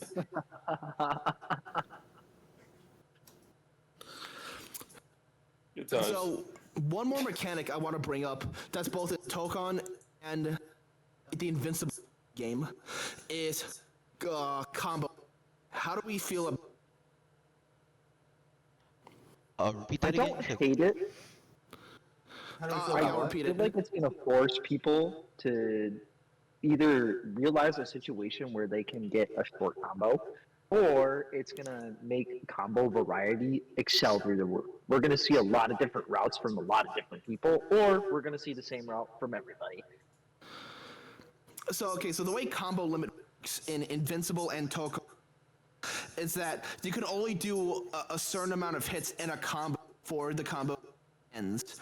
But the way to extend that is to either use X special move or an assist, which like there's gonna be a combo and the meter hits you combo. Okay. Okay, I hear a good amount of that. So, off the bat, no, I don't really like that because that does limit a lot of expressive nature.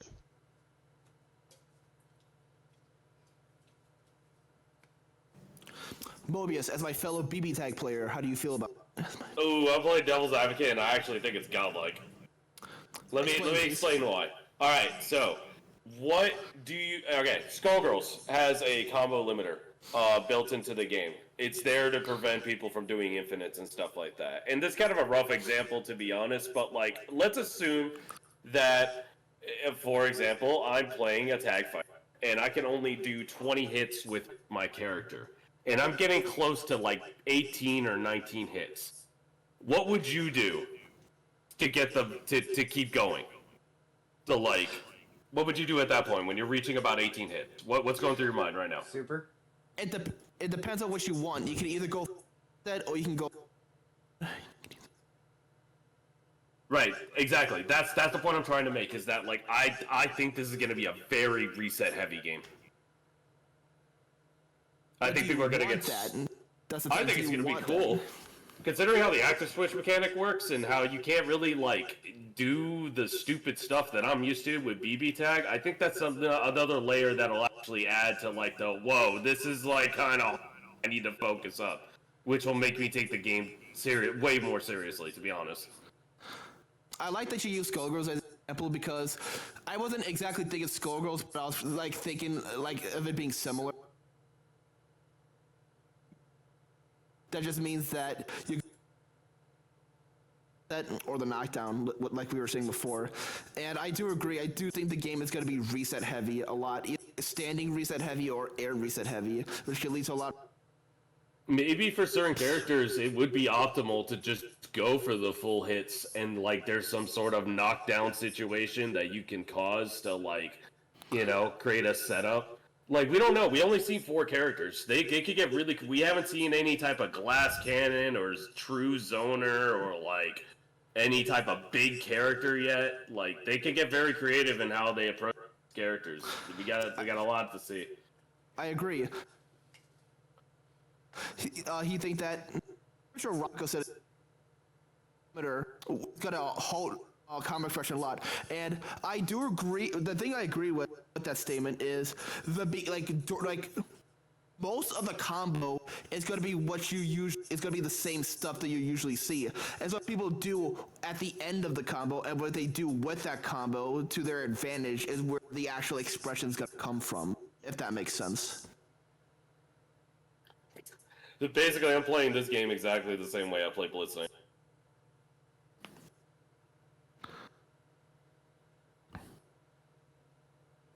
What do you guys think? Like Rod, Sal, and Mobius were saying.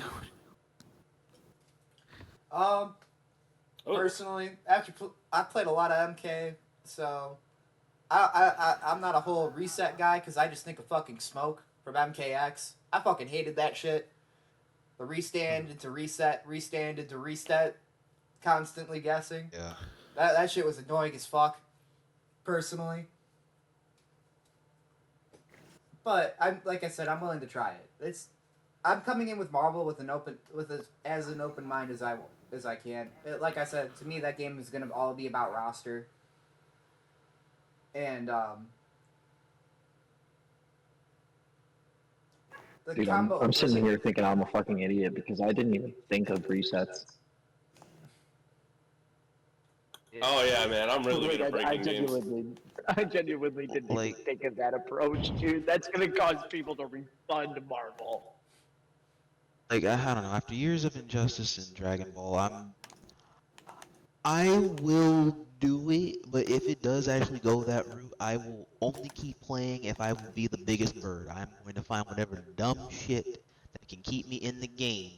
That way I can continue to have some type of out-of-pocketry advantage. Yeah, exactly. I think that's the point. That's what they're trying to aim for with this game. I'll keep playing it, but that doesn't mean I'm gonna love it.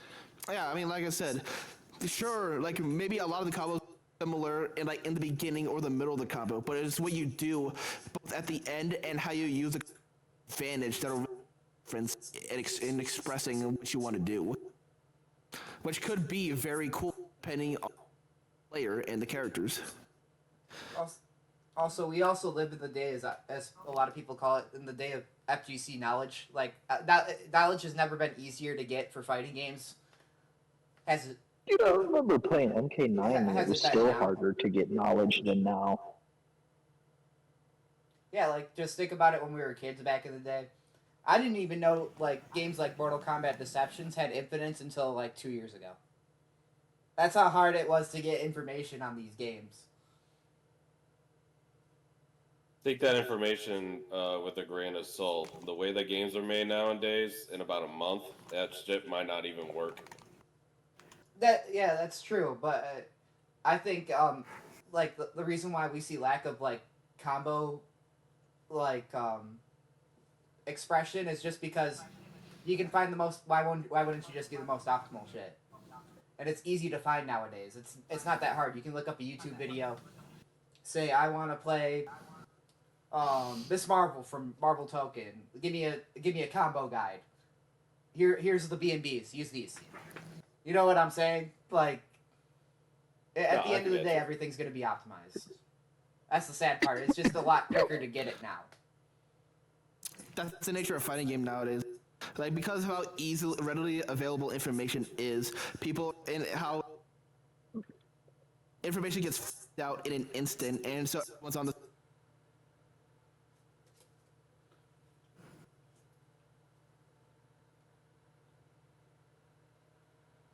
And that's a good thing, you know. The more, because at the end of the day, a knowledge check game for the most part. Be. I think what's more I wish to see, bro, it's not like creative combos. It's more of how people play with the characters. It's like what we were talking about earlier. I can give less of a shit if everyone uses the same combos. I want to see people play the characters different. That's what more I want to see from nowadays, not just the most optimal playstyle for a certain character. It's I want to see people play the character different. Like, let's say in Marvel Token, you know how Iron Man, they say Iron Man's going to be like a really zoner heavy, but I want to see someone to try to rush down with this motherfucker once in a while and just go ham and start trying to mix people up with Iron Man. Because the way tag games works, you can actually do that. No character is just limited to one play style, especially with tag games and Wait, assists. hold on, Sal. I want to expand on that because it also feels like nowadays that nobody is a character loyalist. Like, it feels like everybody's willing to just drop their character like that as soon as they get nerfed. As soon as they even get touched.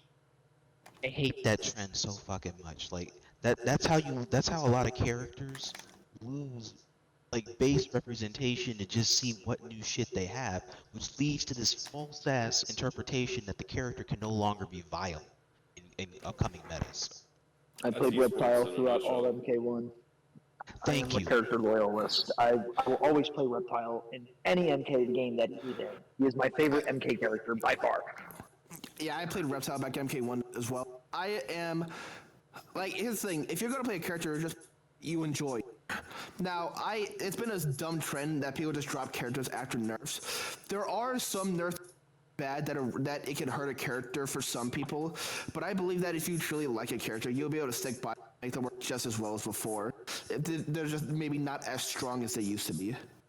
And like, characters are bad as they used to be in the past. Nowadays, characters can fight against the whole cast. Just and like you have to put in work in comparison. It's not like back in the day where characters were actually bad and unplayable. Dude, fucking the 9-0, 9-1 Kenshi Shiva matchup in MK9. That was a thing. I need people to stop picking top tiers without understanding why they're top tier. Like, please. Like, you can have access to, like, a world-class kitchen. Doesn't mean you know how to cook. X. Going back to the character loyalty. That's... Oh, my bad, Mobius. Go ahead. Well, it was actually on that subject. The problem with that whole character loyalty thing, it's patches. Patches come out for games too quickly. People don't have enough time to experiment with the characters and really like evolve for what they are. All they have time is to complain about the faults, and so they're just kind of waiting. There's kind of like a benefit to your game not getting patches anymore. It forces you to like look outside the box. I agree. There's a reason why we literally call it patch culture nowadays, because that's what fighting games are now. Patch culture. We just wait for the latest patch because we know that there's a nerf coming. People are complaining about it. So a lot of people are. So at the beginning of the game, more people half-heartedly like playing a game and waiting for the updates to come. So they can just jump. Happen.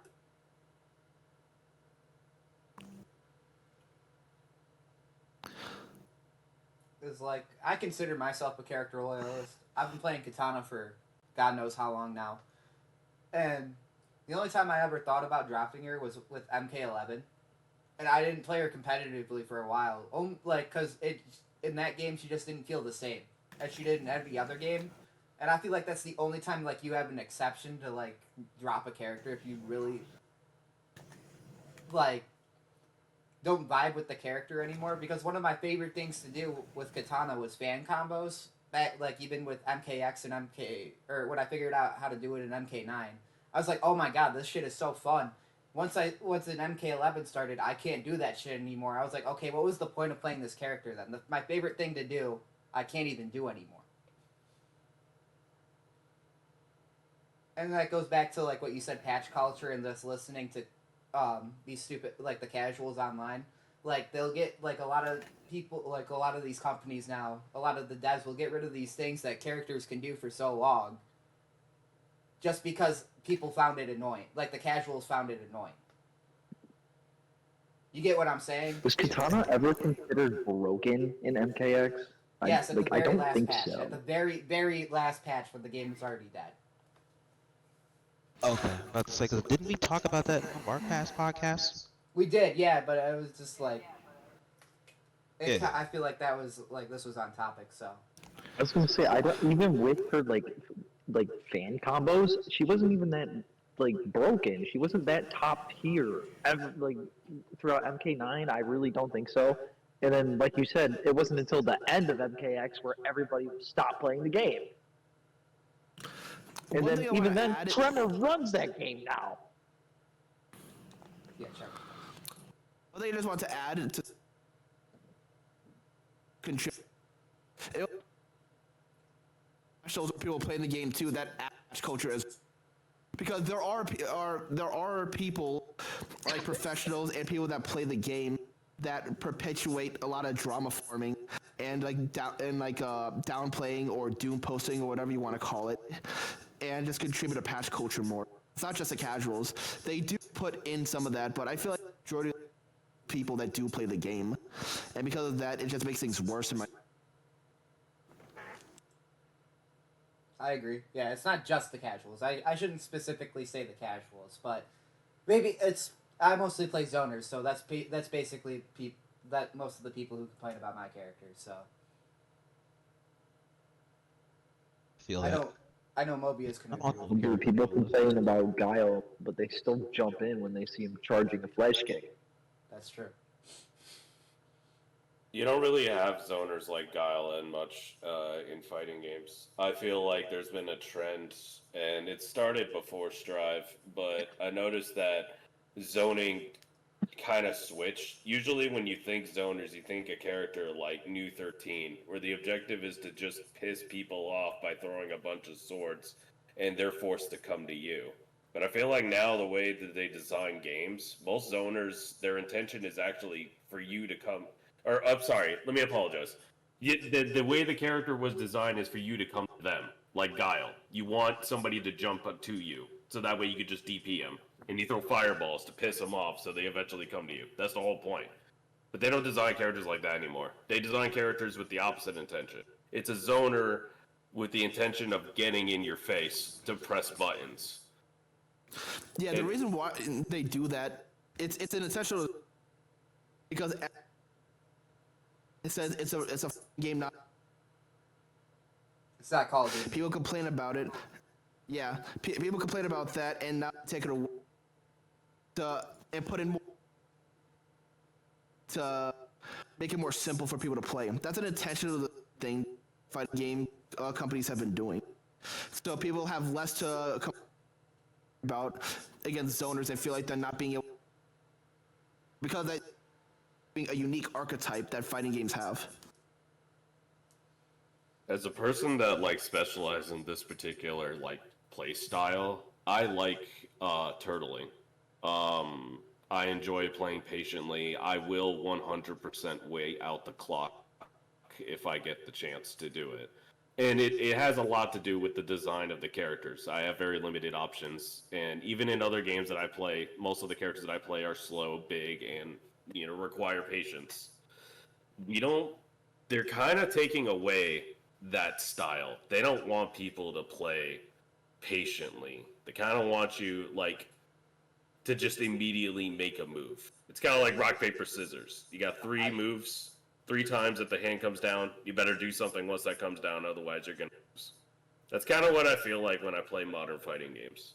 Honestly, It takes away from the whole outsmarting your opponent.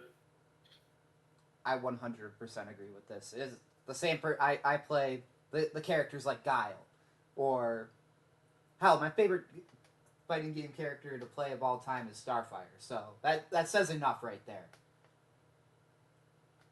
It's like my problem with Street Fighter 6 is like, dude, I don't even feel like there's a character I really want to play because even with JP being the way he is, it still doesn't feel like that's how he was meant to play. Like, why does the zoner have a teleport that can go across the fucking screen and cross you up from full screen? How does that make any sense, dude? Like, why am I trying to set up cross-ups from full screen? Like, why does that feel like that's my game plan? You know what I'm saying?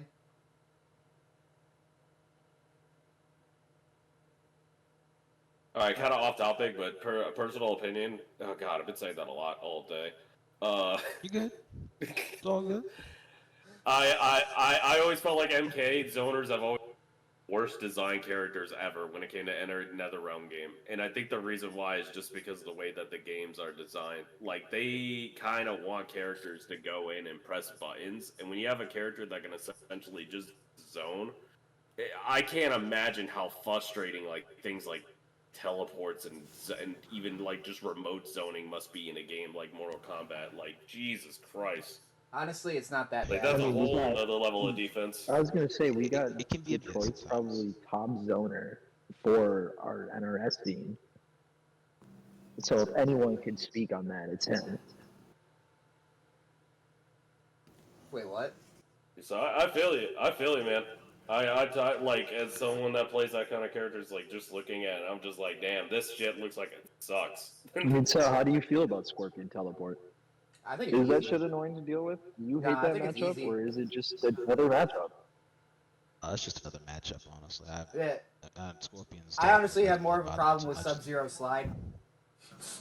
Fuck Sub-Zero Slide. That That shit shit. feels so ignorant. Yeah, dude, that shit is so fuck. When I'm already spending full screen trying to zone you out and just slide under my projectiles, fuck you. Fuck you. Thank you. God, that shit's so fucking annoying. Yeah, And that's then you got the clone Even too, so I fucking can't even. Oh boy, where he has his air approach. Even characters like Kung Lao, I think it's not that bad comparatively. Actually, funny enough, Katana wins that matchup in MKX, even though he has the teleport and the dive kicks and shit. Katana still wins that. Really? Yeah. Katana does really well against Lao.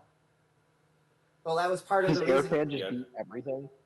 It also feels like, I don't know, maybe this is me playing zoners. Developers are scared to have full screen combos with zoners. Like, they're not meant to. Even when you're combo somebody, they want you to stay close.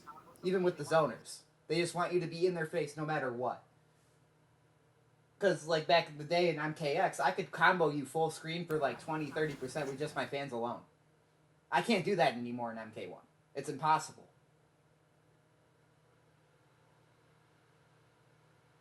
Man, it's hard to keep track of all the different numbers, man. And I don't know if that's the same with, like, Arxis. Even with, like, I should just strive. Happy Chaos doesn't, like, the character that I feel like is supposed to be the zoner in that game, or even Dizzy, who I play, it feels like I have no screen, like, full screen combos anymore.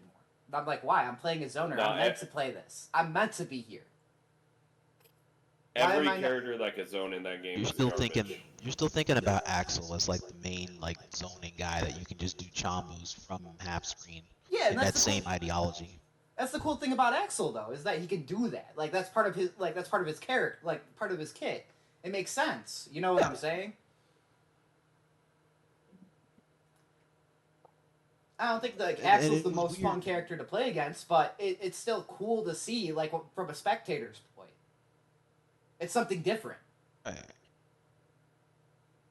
Now, do you agree or disagree with them making Happy a hybrid rushdown and or zoner character?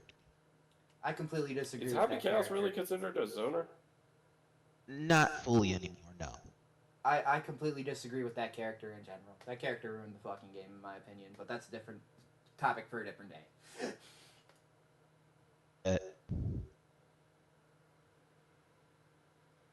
I kind of want to get back to what Mobius was saying earlier, characters a bit, and what they want to talk about and intention, like the basically like the mid-ground fighting for you to track and pay attention to, and they even that zoner so now instead of fighting from full screen. Intentional design to make games more approachable and easier to understand and easier to get into. That's just the way it is. Makes people shit. But again, in turn, just remove and just like a unique archetype. And I was kind of saying before, that's just kind of how that's kind of been a trend lately. It just make things so easy. And that's the way they're doing. That's another way they're not just with option into something. They want to make just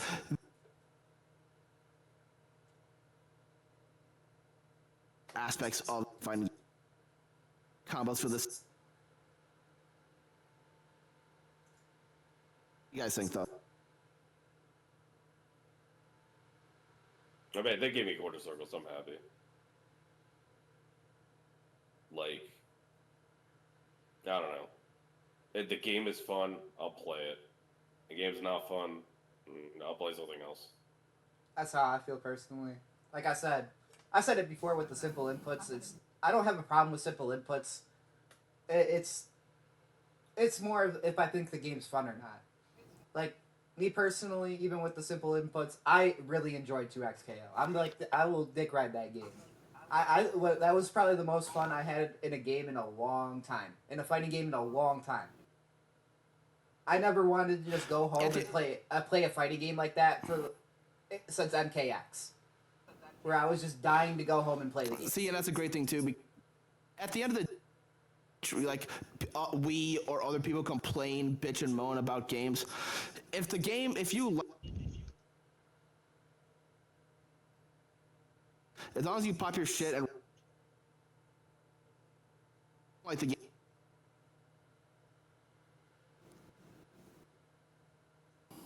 And like I said, Yeah, I I get it. agree. Okay. I get it. It's not that game is not going to be for anyone. As long as the game does well, I don't give a fuck. As long as I have people to play with, I don't really care. I'll find a way to have fun. That part, yeah. Sometimes I might walk away, sometimes I might stay. It depends. Because I've even been, as much as I say that I would probably do the same thing, I've also been biased and I've also stayed and played games that I don't like or I definitively hate and continue to hate, but I still just play it to either pass the time or play it and up till a certain point where I feel like if I did make an initial investment to it and this went wrong, I'm gonna keep playing it to a point where I feel like this all the time I spent here, this is worth as much as I paid for it. That kind of feeling. It would help if every game was just popular. That would. Dude, I wish Fatal Fury was more popular. I just wish it sold way more. Yeah.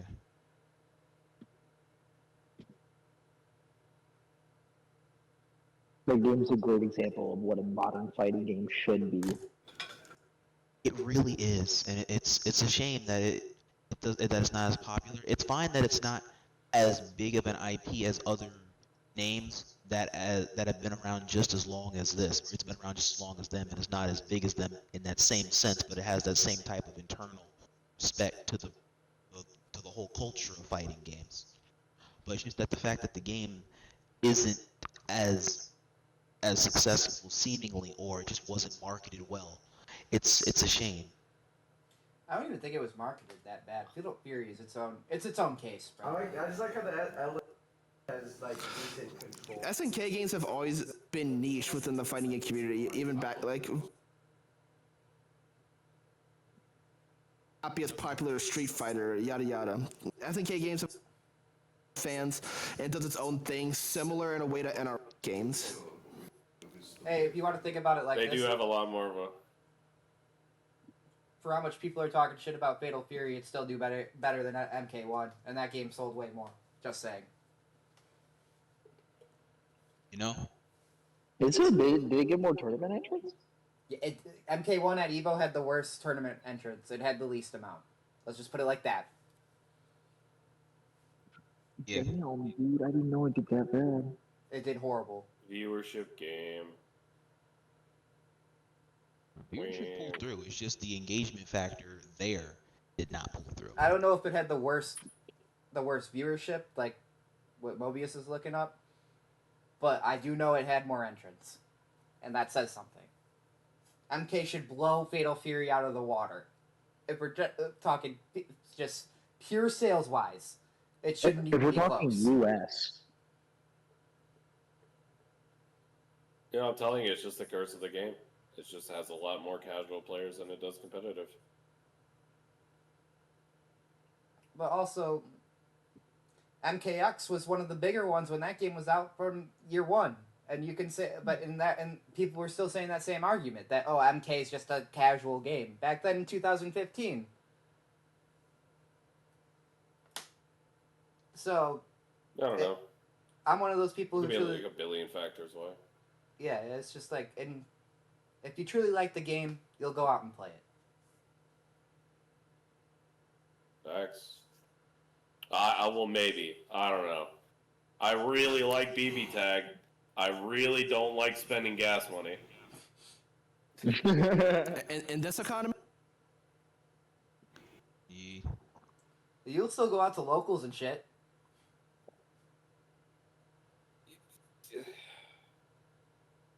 All right, you want me to be honest? Like, I'm just gonna speak from the heart here, man. There is no competition for me in my state. Tell me about it. Like every time I go to my locals, it's I just go.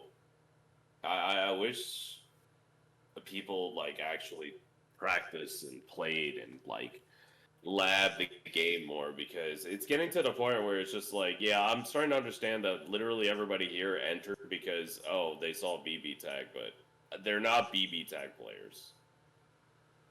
You know, I'm glad that I'm actually getting some competition with SQ. It's something to look forward to. It's one of the reasons why I haven't been playing the game, because I don't really like playing online. But I completely just the understand. inherent problem between offline and offline. I completely understand you with Like- this because my competition is basically a state away. even in my own state. So we're like my locals. You could even ask Rocco here. I literally get drunk and when there's an MK local because I don't take it seriously because I know it's just especially if it's And he MK still one. wins. Yeah, it's free for me. It's literally I don't have to try. It's so free that I've entered MK tournaments with Sal's fight stick and still beat some of the people there. Like those people are jokes when it comes to MK. So it's all my competition is like 3 to 4 hours away. I completely understand. That's just the inherent problem with online and offline differences, though. There's gonna be people that don't like how. But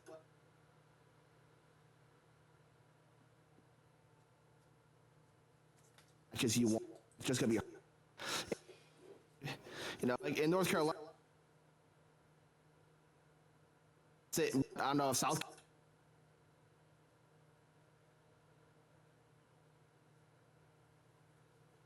Just competition, stuff like that. Just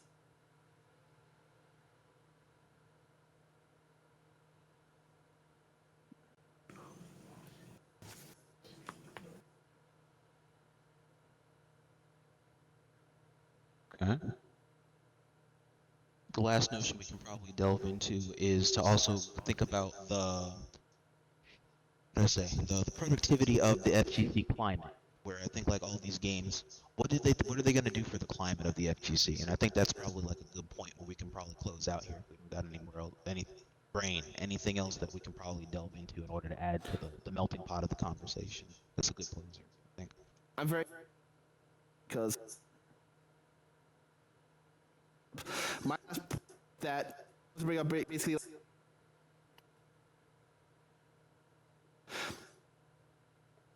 First, I want to. I didn't do his first. So basically, what do you guys think of how the fighting game be these tag fighters or a tag slot to call it? And what Jay Una said? Kind of touch on this point with what Rod's saying. I think we need to stop the doomer activity as these kids will call it nowadays. Where we actively prey on games downfalls just because we like the other game more or we dislike this game, because at the end of the day someone's gonna like a game you don't like and you're not gonna like a game they like.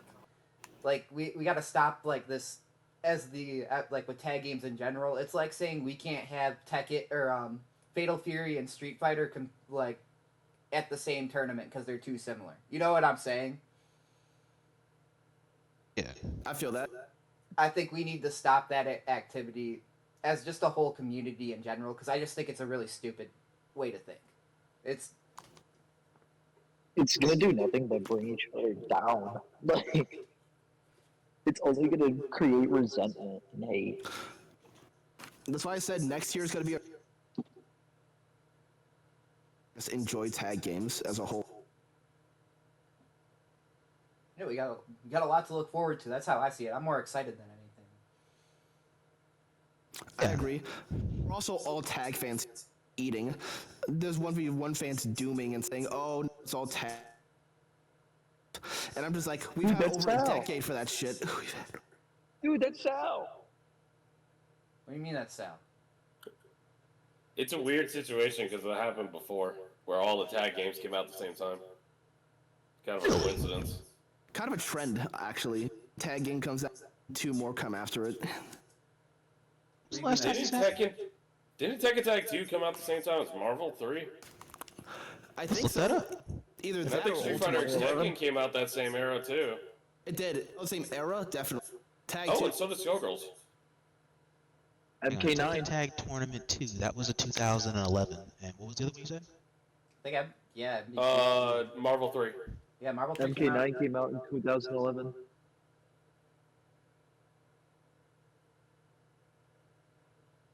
I mean, in 2018 we had Dragon Ball come out, Infinite come out, and BB Tag, all in the same year. And Injustice 2. You guys know the thing about movies? So whenever they pitch an idea for a movie, they usually have a board meeting with multiple people that'll pitch an idea, and they'll pitch one idea to like a particular like movie industry, like Paramount, right? Like I want to do a movie about like a fucking bus or something, and so they originally don't like the idea, and they decide to go to a different company and they pitch the idea, and then the first company comes back and they're like, you know what, we're gonna go with.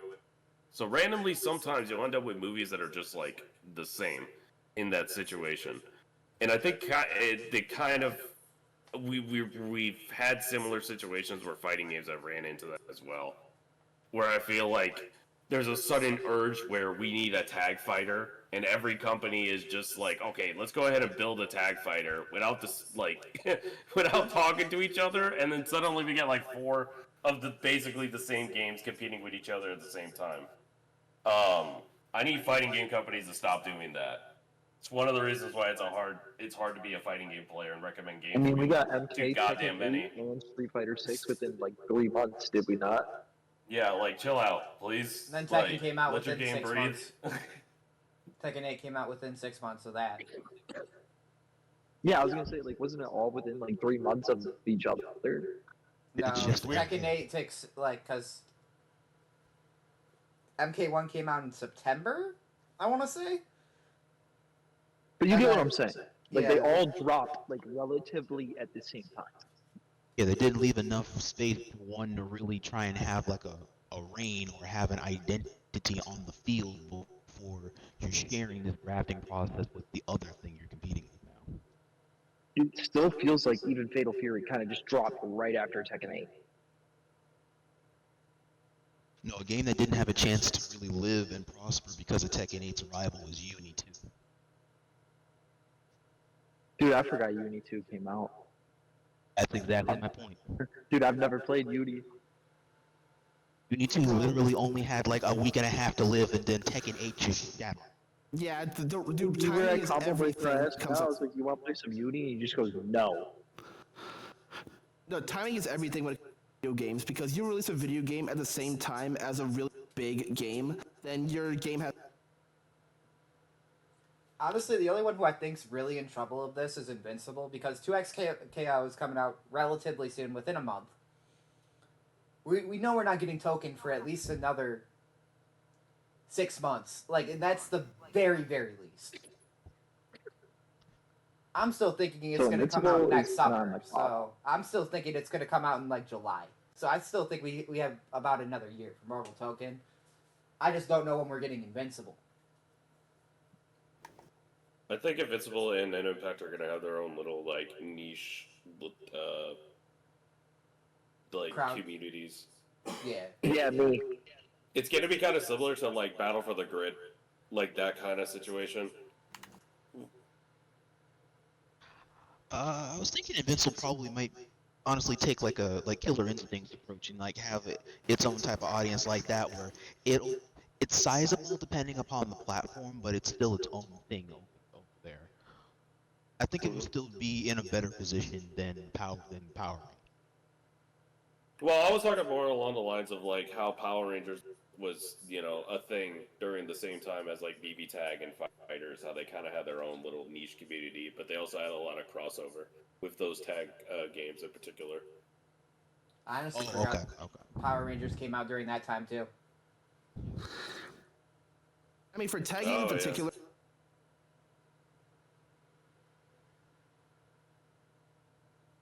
On tagging wasn't to gonna say another anything. with good stuff. God damn.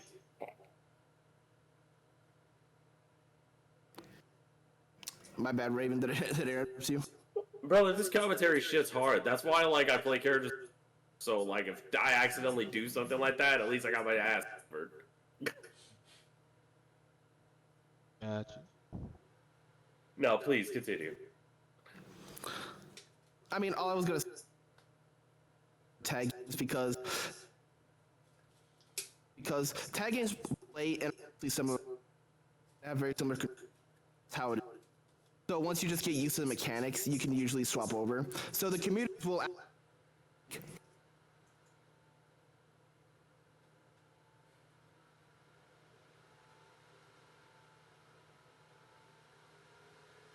Correctly. That's if people on Twitter do that, and I think it can happen.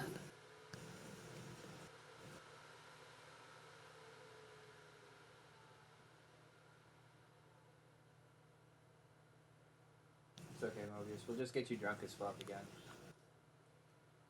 Ha. That way you're not talking over Try. people. Was it you that I did that? Or I shouldn't say that I did that when we were commentating tag, and you were like, "I'm gonna join in your drinking game today, Sal." And then I know I had someone puking one time. Probably. I mean, I've definitely joined you in the drinking game and got myself messed up, but not puking messed up. I know I had one of you guys blacked out. That's all I remember. And then the next day they're like, "Sal, how do you do this?"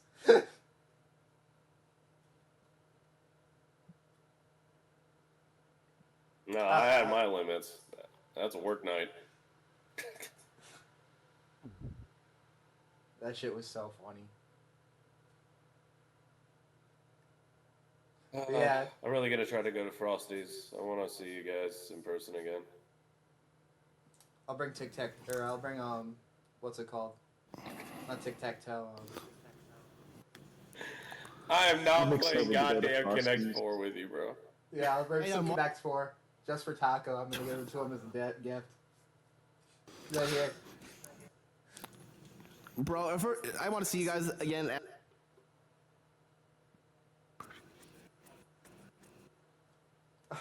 Alright, I think this is a good spot to end it. We've been going on for over 2 hours. Longer than I thought this ever was gonna be, but it was a really good talk, so. Yeah, it was fun. Yeah. I wanted to bring up one last point. Sure, go for it. Alright, go. Alright, the last thing I want to.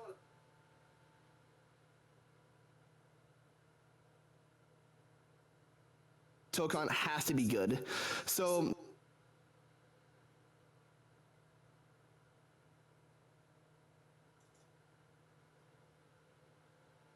See. So, we both know that Blaze Blue and Guilty Gear are big legacy titles. Had.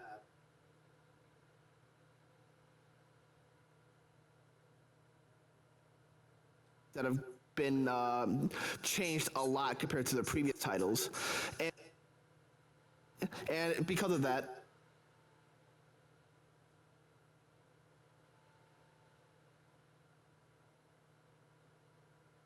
I don't really know if I want to play.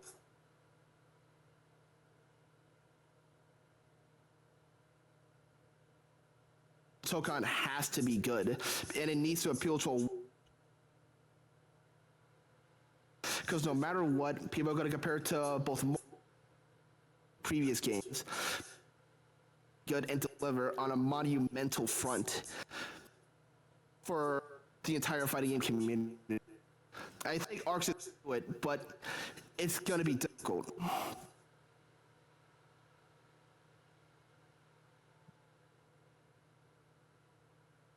I think it'll be difficult, but it's an order that they can probably meet. They just gotta talk with the correct people, and they need to listen to the correct audience. Yeah, I was kind of. I hope I'll get. Honestly, I think with the state that tag games are, I think every game has to deliver at this point. Like, because with how much games are, especially in the tag genre, are coming out. If your game ain't good, it's not gonna sell, or it's not gonna do well.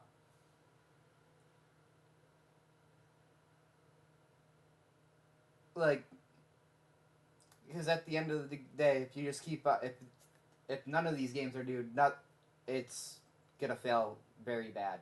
Because they're gonna be like, why the fuck would I play this when I can just wait a few months and just play Token? Or why the fuck would I play Token when I can just go play 2XKL for free? Or I can go buy Invincible if I want to play like a 3v3 fighter.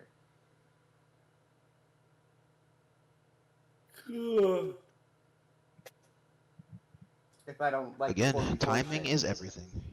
Well.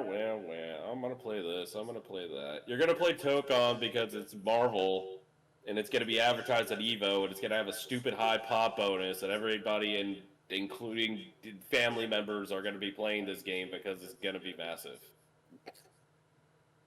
And I the hope- same initiative. I'm just hoping the game doesn't suck gameplay wise, because it would be great to have a tag fighter that's popular and good. Absolutely agree. Here's the thing: people playing Tokon, but at the end of the day, we want the game to succeed because the big Tokon KO a mainstream to become both popular with both the mainstream players, and if all three games can do that, that's a net positive for the HGC no matter what.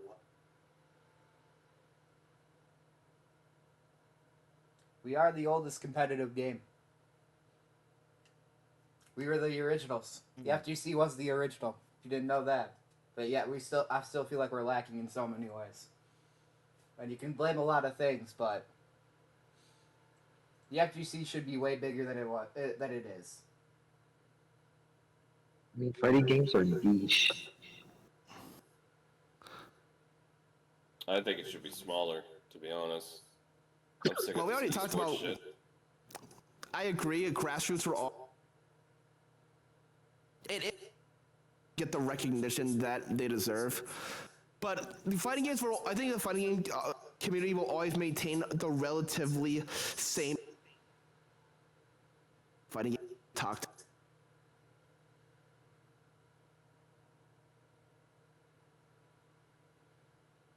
We'll find.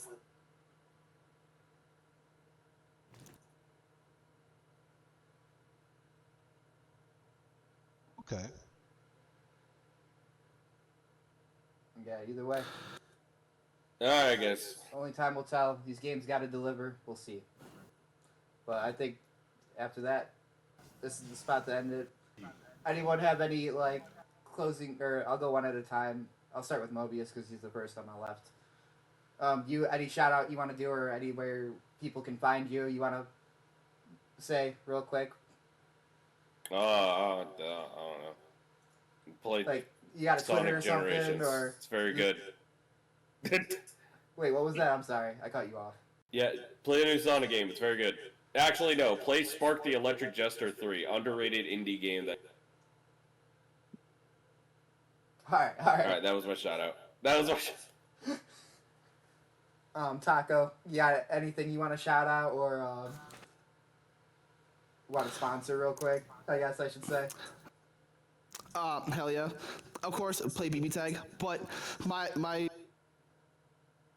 on-con of ice. So MVCI tournaments. We're starting next week. We're doing a whole online tournament series tag with big prize pools, $500 each for 2 different prize pools. And tag. It starts next Tuesday. It's called Fate GP BB Tag. So check that out. We love to support and just support the tag scene in general, not just, but also the major held in North Carolina. I'm sorry, I forgot the name, but support that too. Support Carolina because they're one, and I really support their fighting game scene. So shout them out too. Yes. SQXL. You can find it by simply just Googling that or finding it on StartGG by looking up Scrappy Sensei, who you can also find on YouTube. He has a very good video about the quote-unquote failure of BB Tag. You should watch it. I gotta check that out. That sounds really. I think I might have seen something like that before. Is it a dude that goes over a lot of different fighting games, like the Rise and Fall, or just like the main point where they went down? It's multiple different stories of different scenes and different things. He's been wanting to make videos about Under Night. It's not actually about the quote unquote failure of BB Tag. It's by the way, I picked out that profile picture. He asked me which of the things do you think would bother people more? So yeah, it's there for clickbait. It's actually a very informal video about of the what happened in BB Tag, the mechanics that they brought into the game, how the community shaped it into what it is. It's very informative. I would recommend watching it. I agree. And you know what? Shout out to Scrappy Sense. Great content creator. Loves seeing it. Love that guy. Sure. All right, Rod. anything you want to shout out or any like thing you want to sponsor for yourself? Anywhere we should check out? I won't. I won't advertise myself, so that's time for that later. For now, I want to say to just stay supporting the scenes you care for, support the TOs that take the time to host them, especially the smaller scenes. They need the support more than the bigger scenes. They can't keep it grassroots without the actual integral support in order to help reinforce the foundation. Speak your mind responsibly. One voice always makes a difference to create change. Even if you don't think it's there, it is. It just has to start the first buzz in the beehive. Hashtag support Dragon Ball Fighters. You don't have to play it, but support the scene so the next generation can live and prosper, you know? Hell yeah. All right, Rocco, your turn. Go see the new Superman movie. That's all I really got to say. Be kind. Right. All right. Last things I want to say. Shout out to Neutral Ground and GFB. Great locals. If you're from Michigan, go check them out, please. Great people all around. Go support them, please. They're awesome. Especially if you play like Street Fighter, Strive, Tekken. They'll love to have you. Other than that, check out my Twitter at Sal Fontes. Or no, it's not Sal Fontes. It's actually meatball.sal. Check out my YouTube, where this is probably going to get posted, and then hopefully we can get this on Spotify and all that other shit and Apple Podcast a little bit later. But yeah. Also, for the closing of the stream, shout out for the new followers I got. Mobius Raven, Evil Vulture, and Rosa. Thank you so much for the follow. Appreciate it. And have a good night, guys. Peace.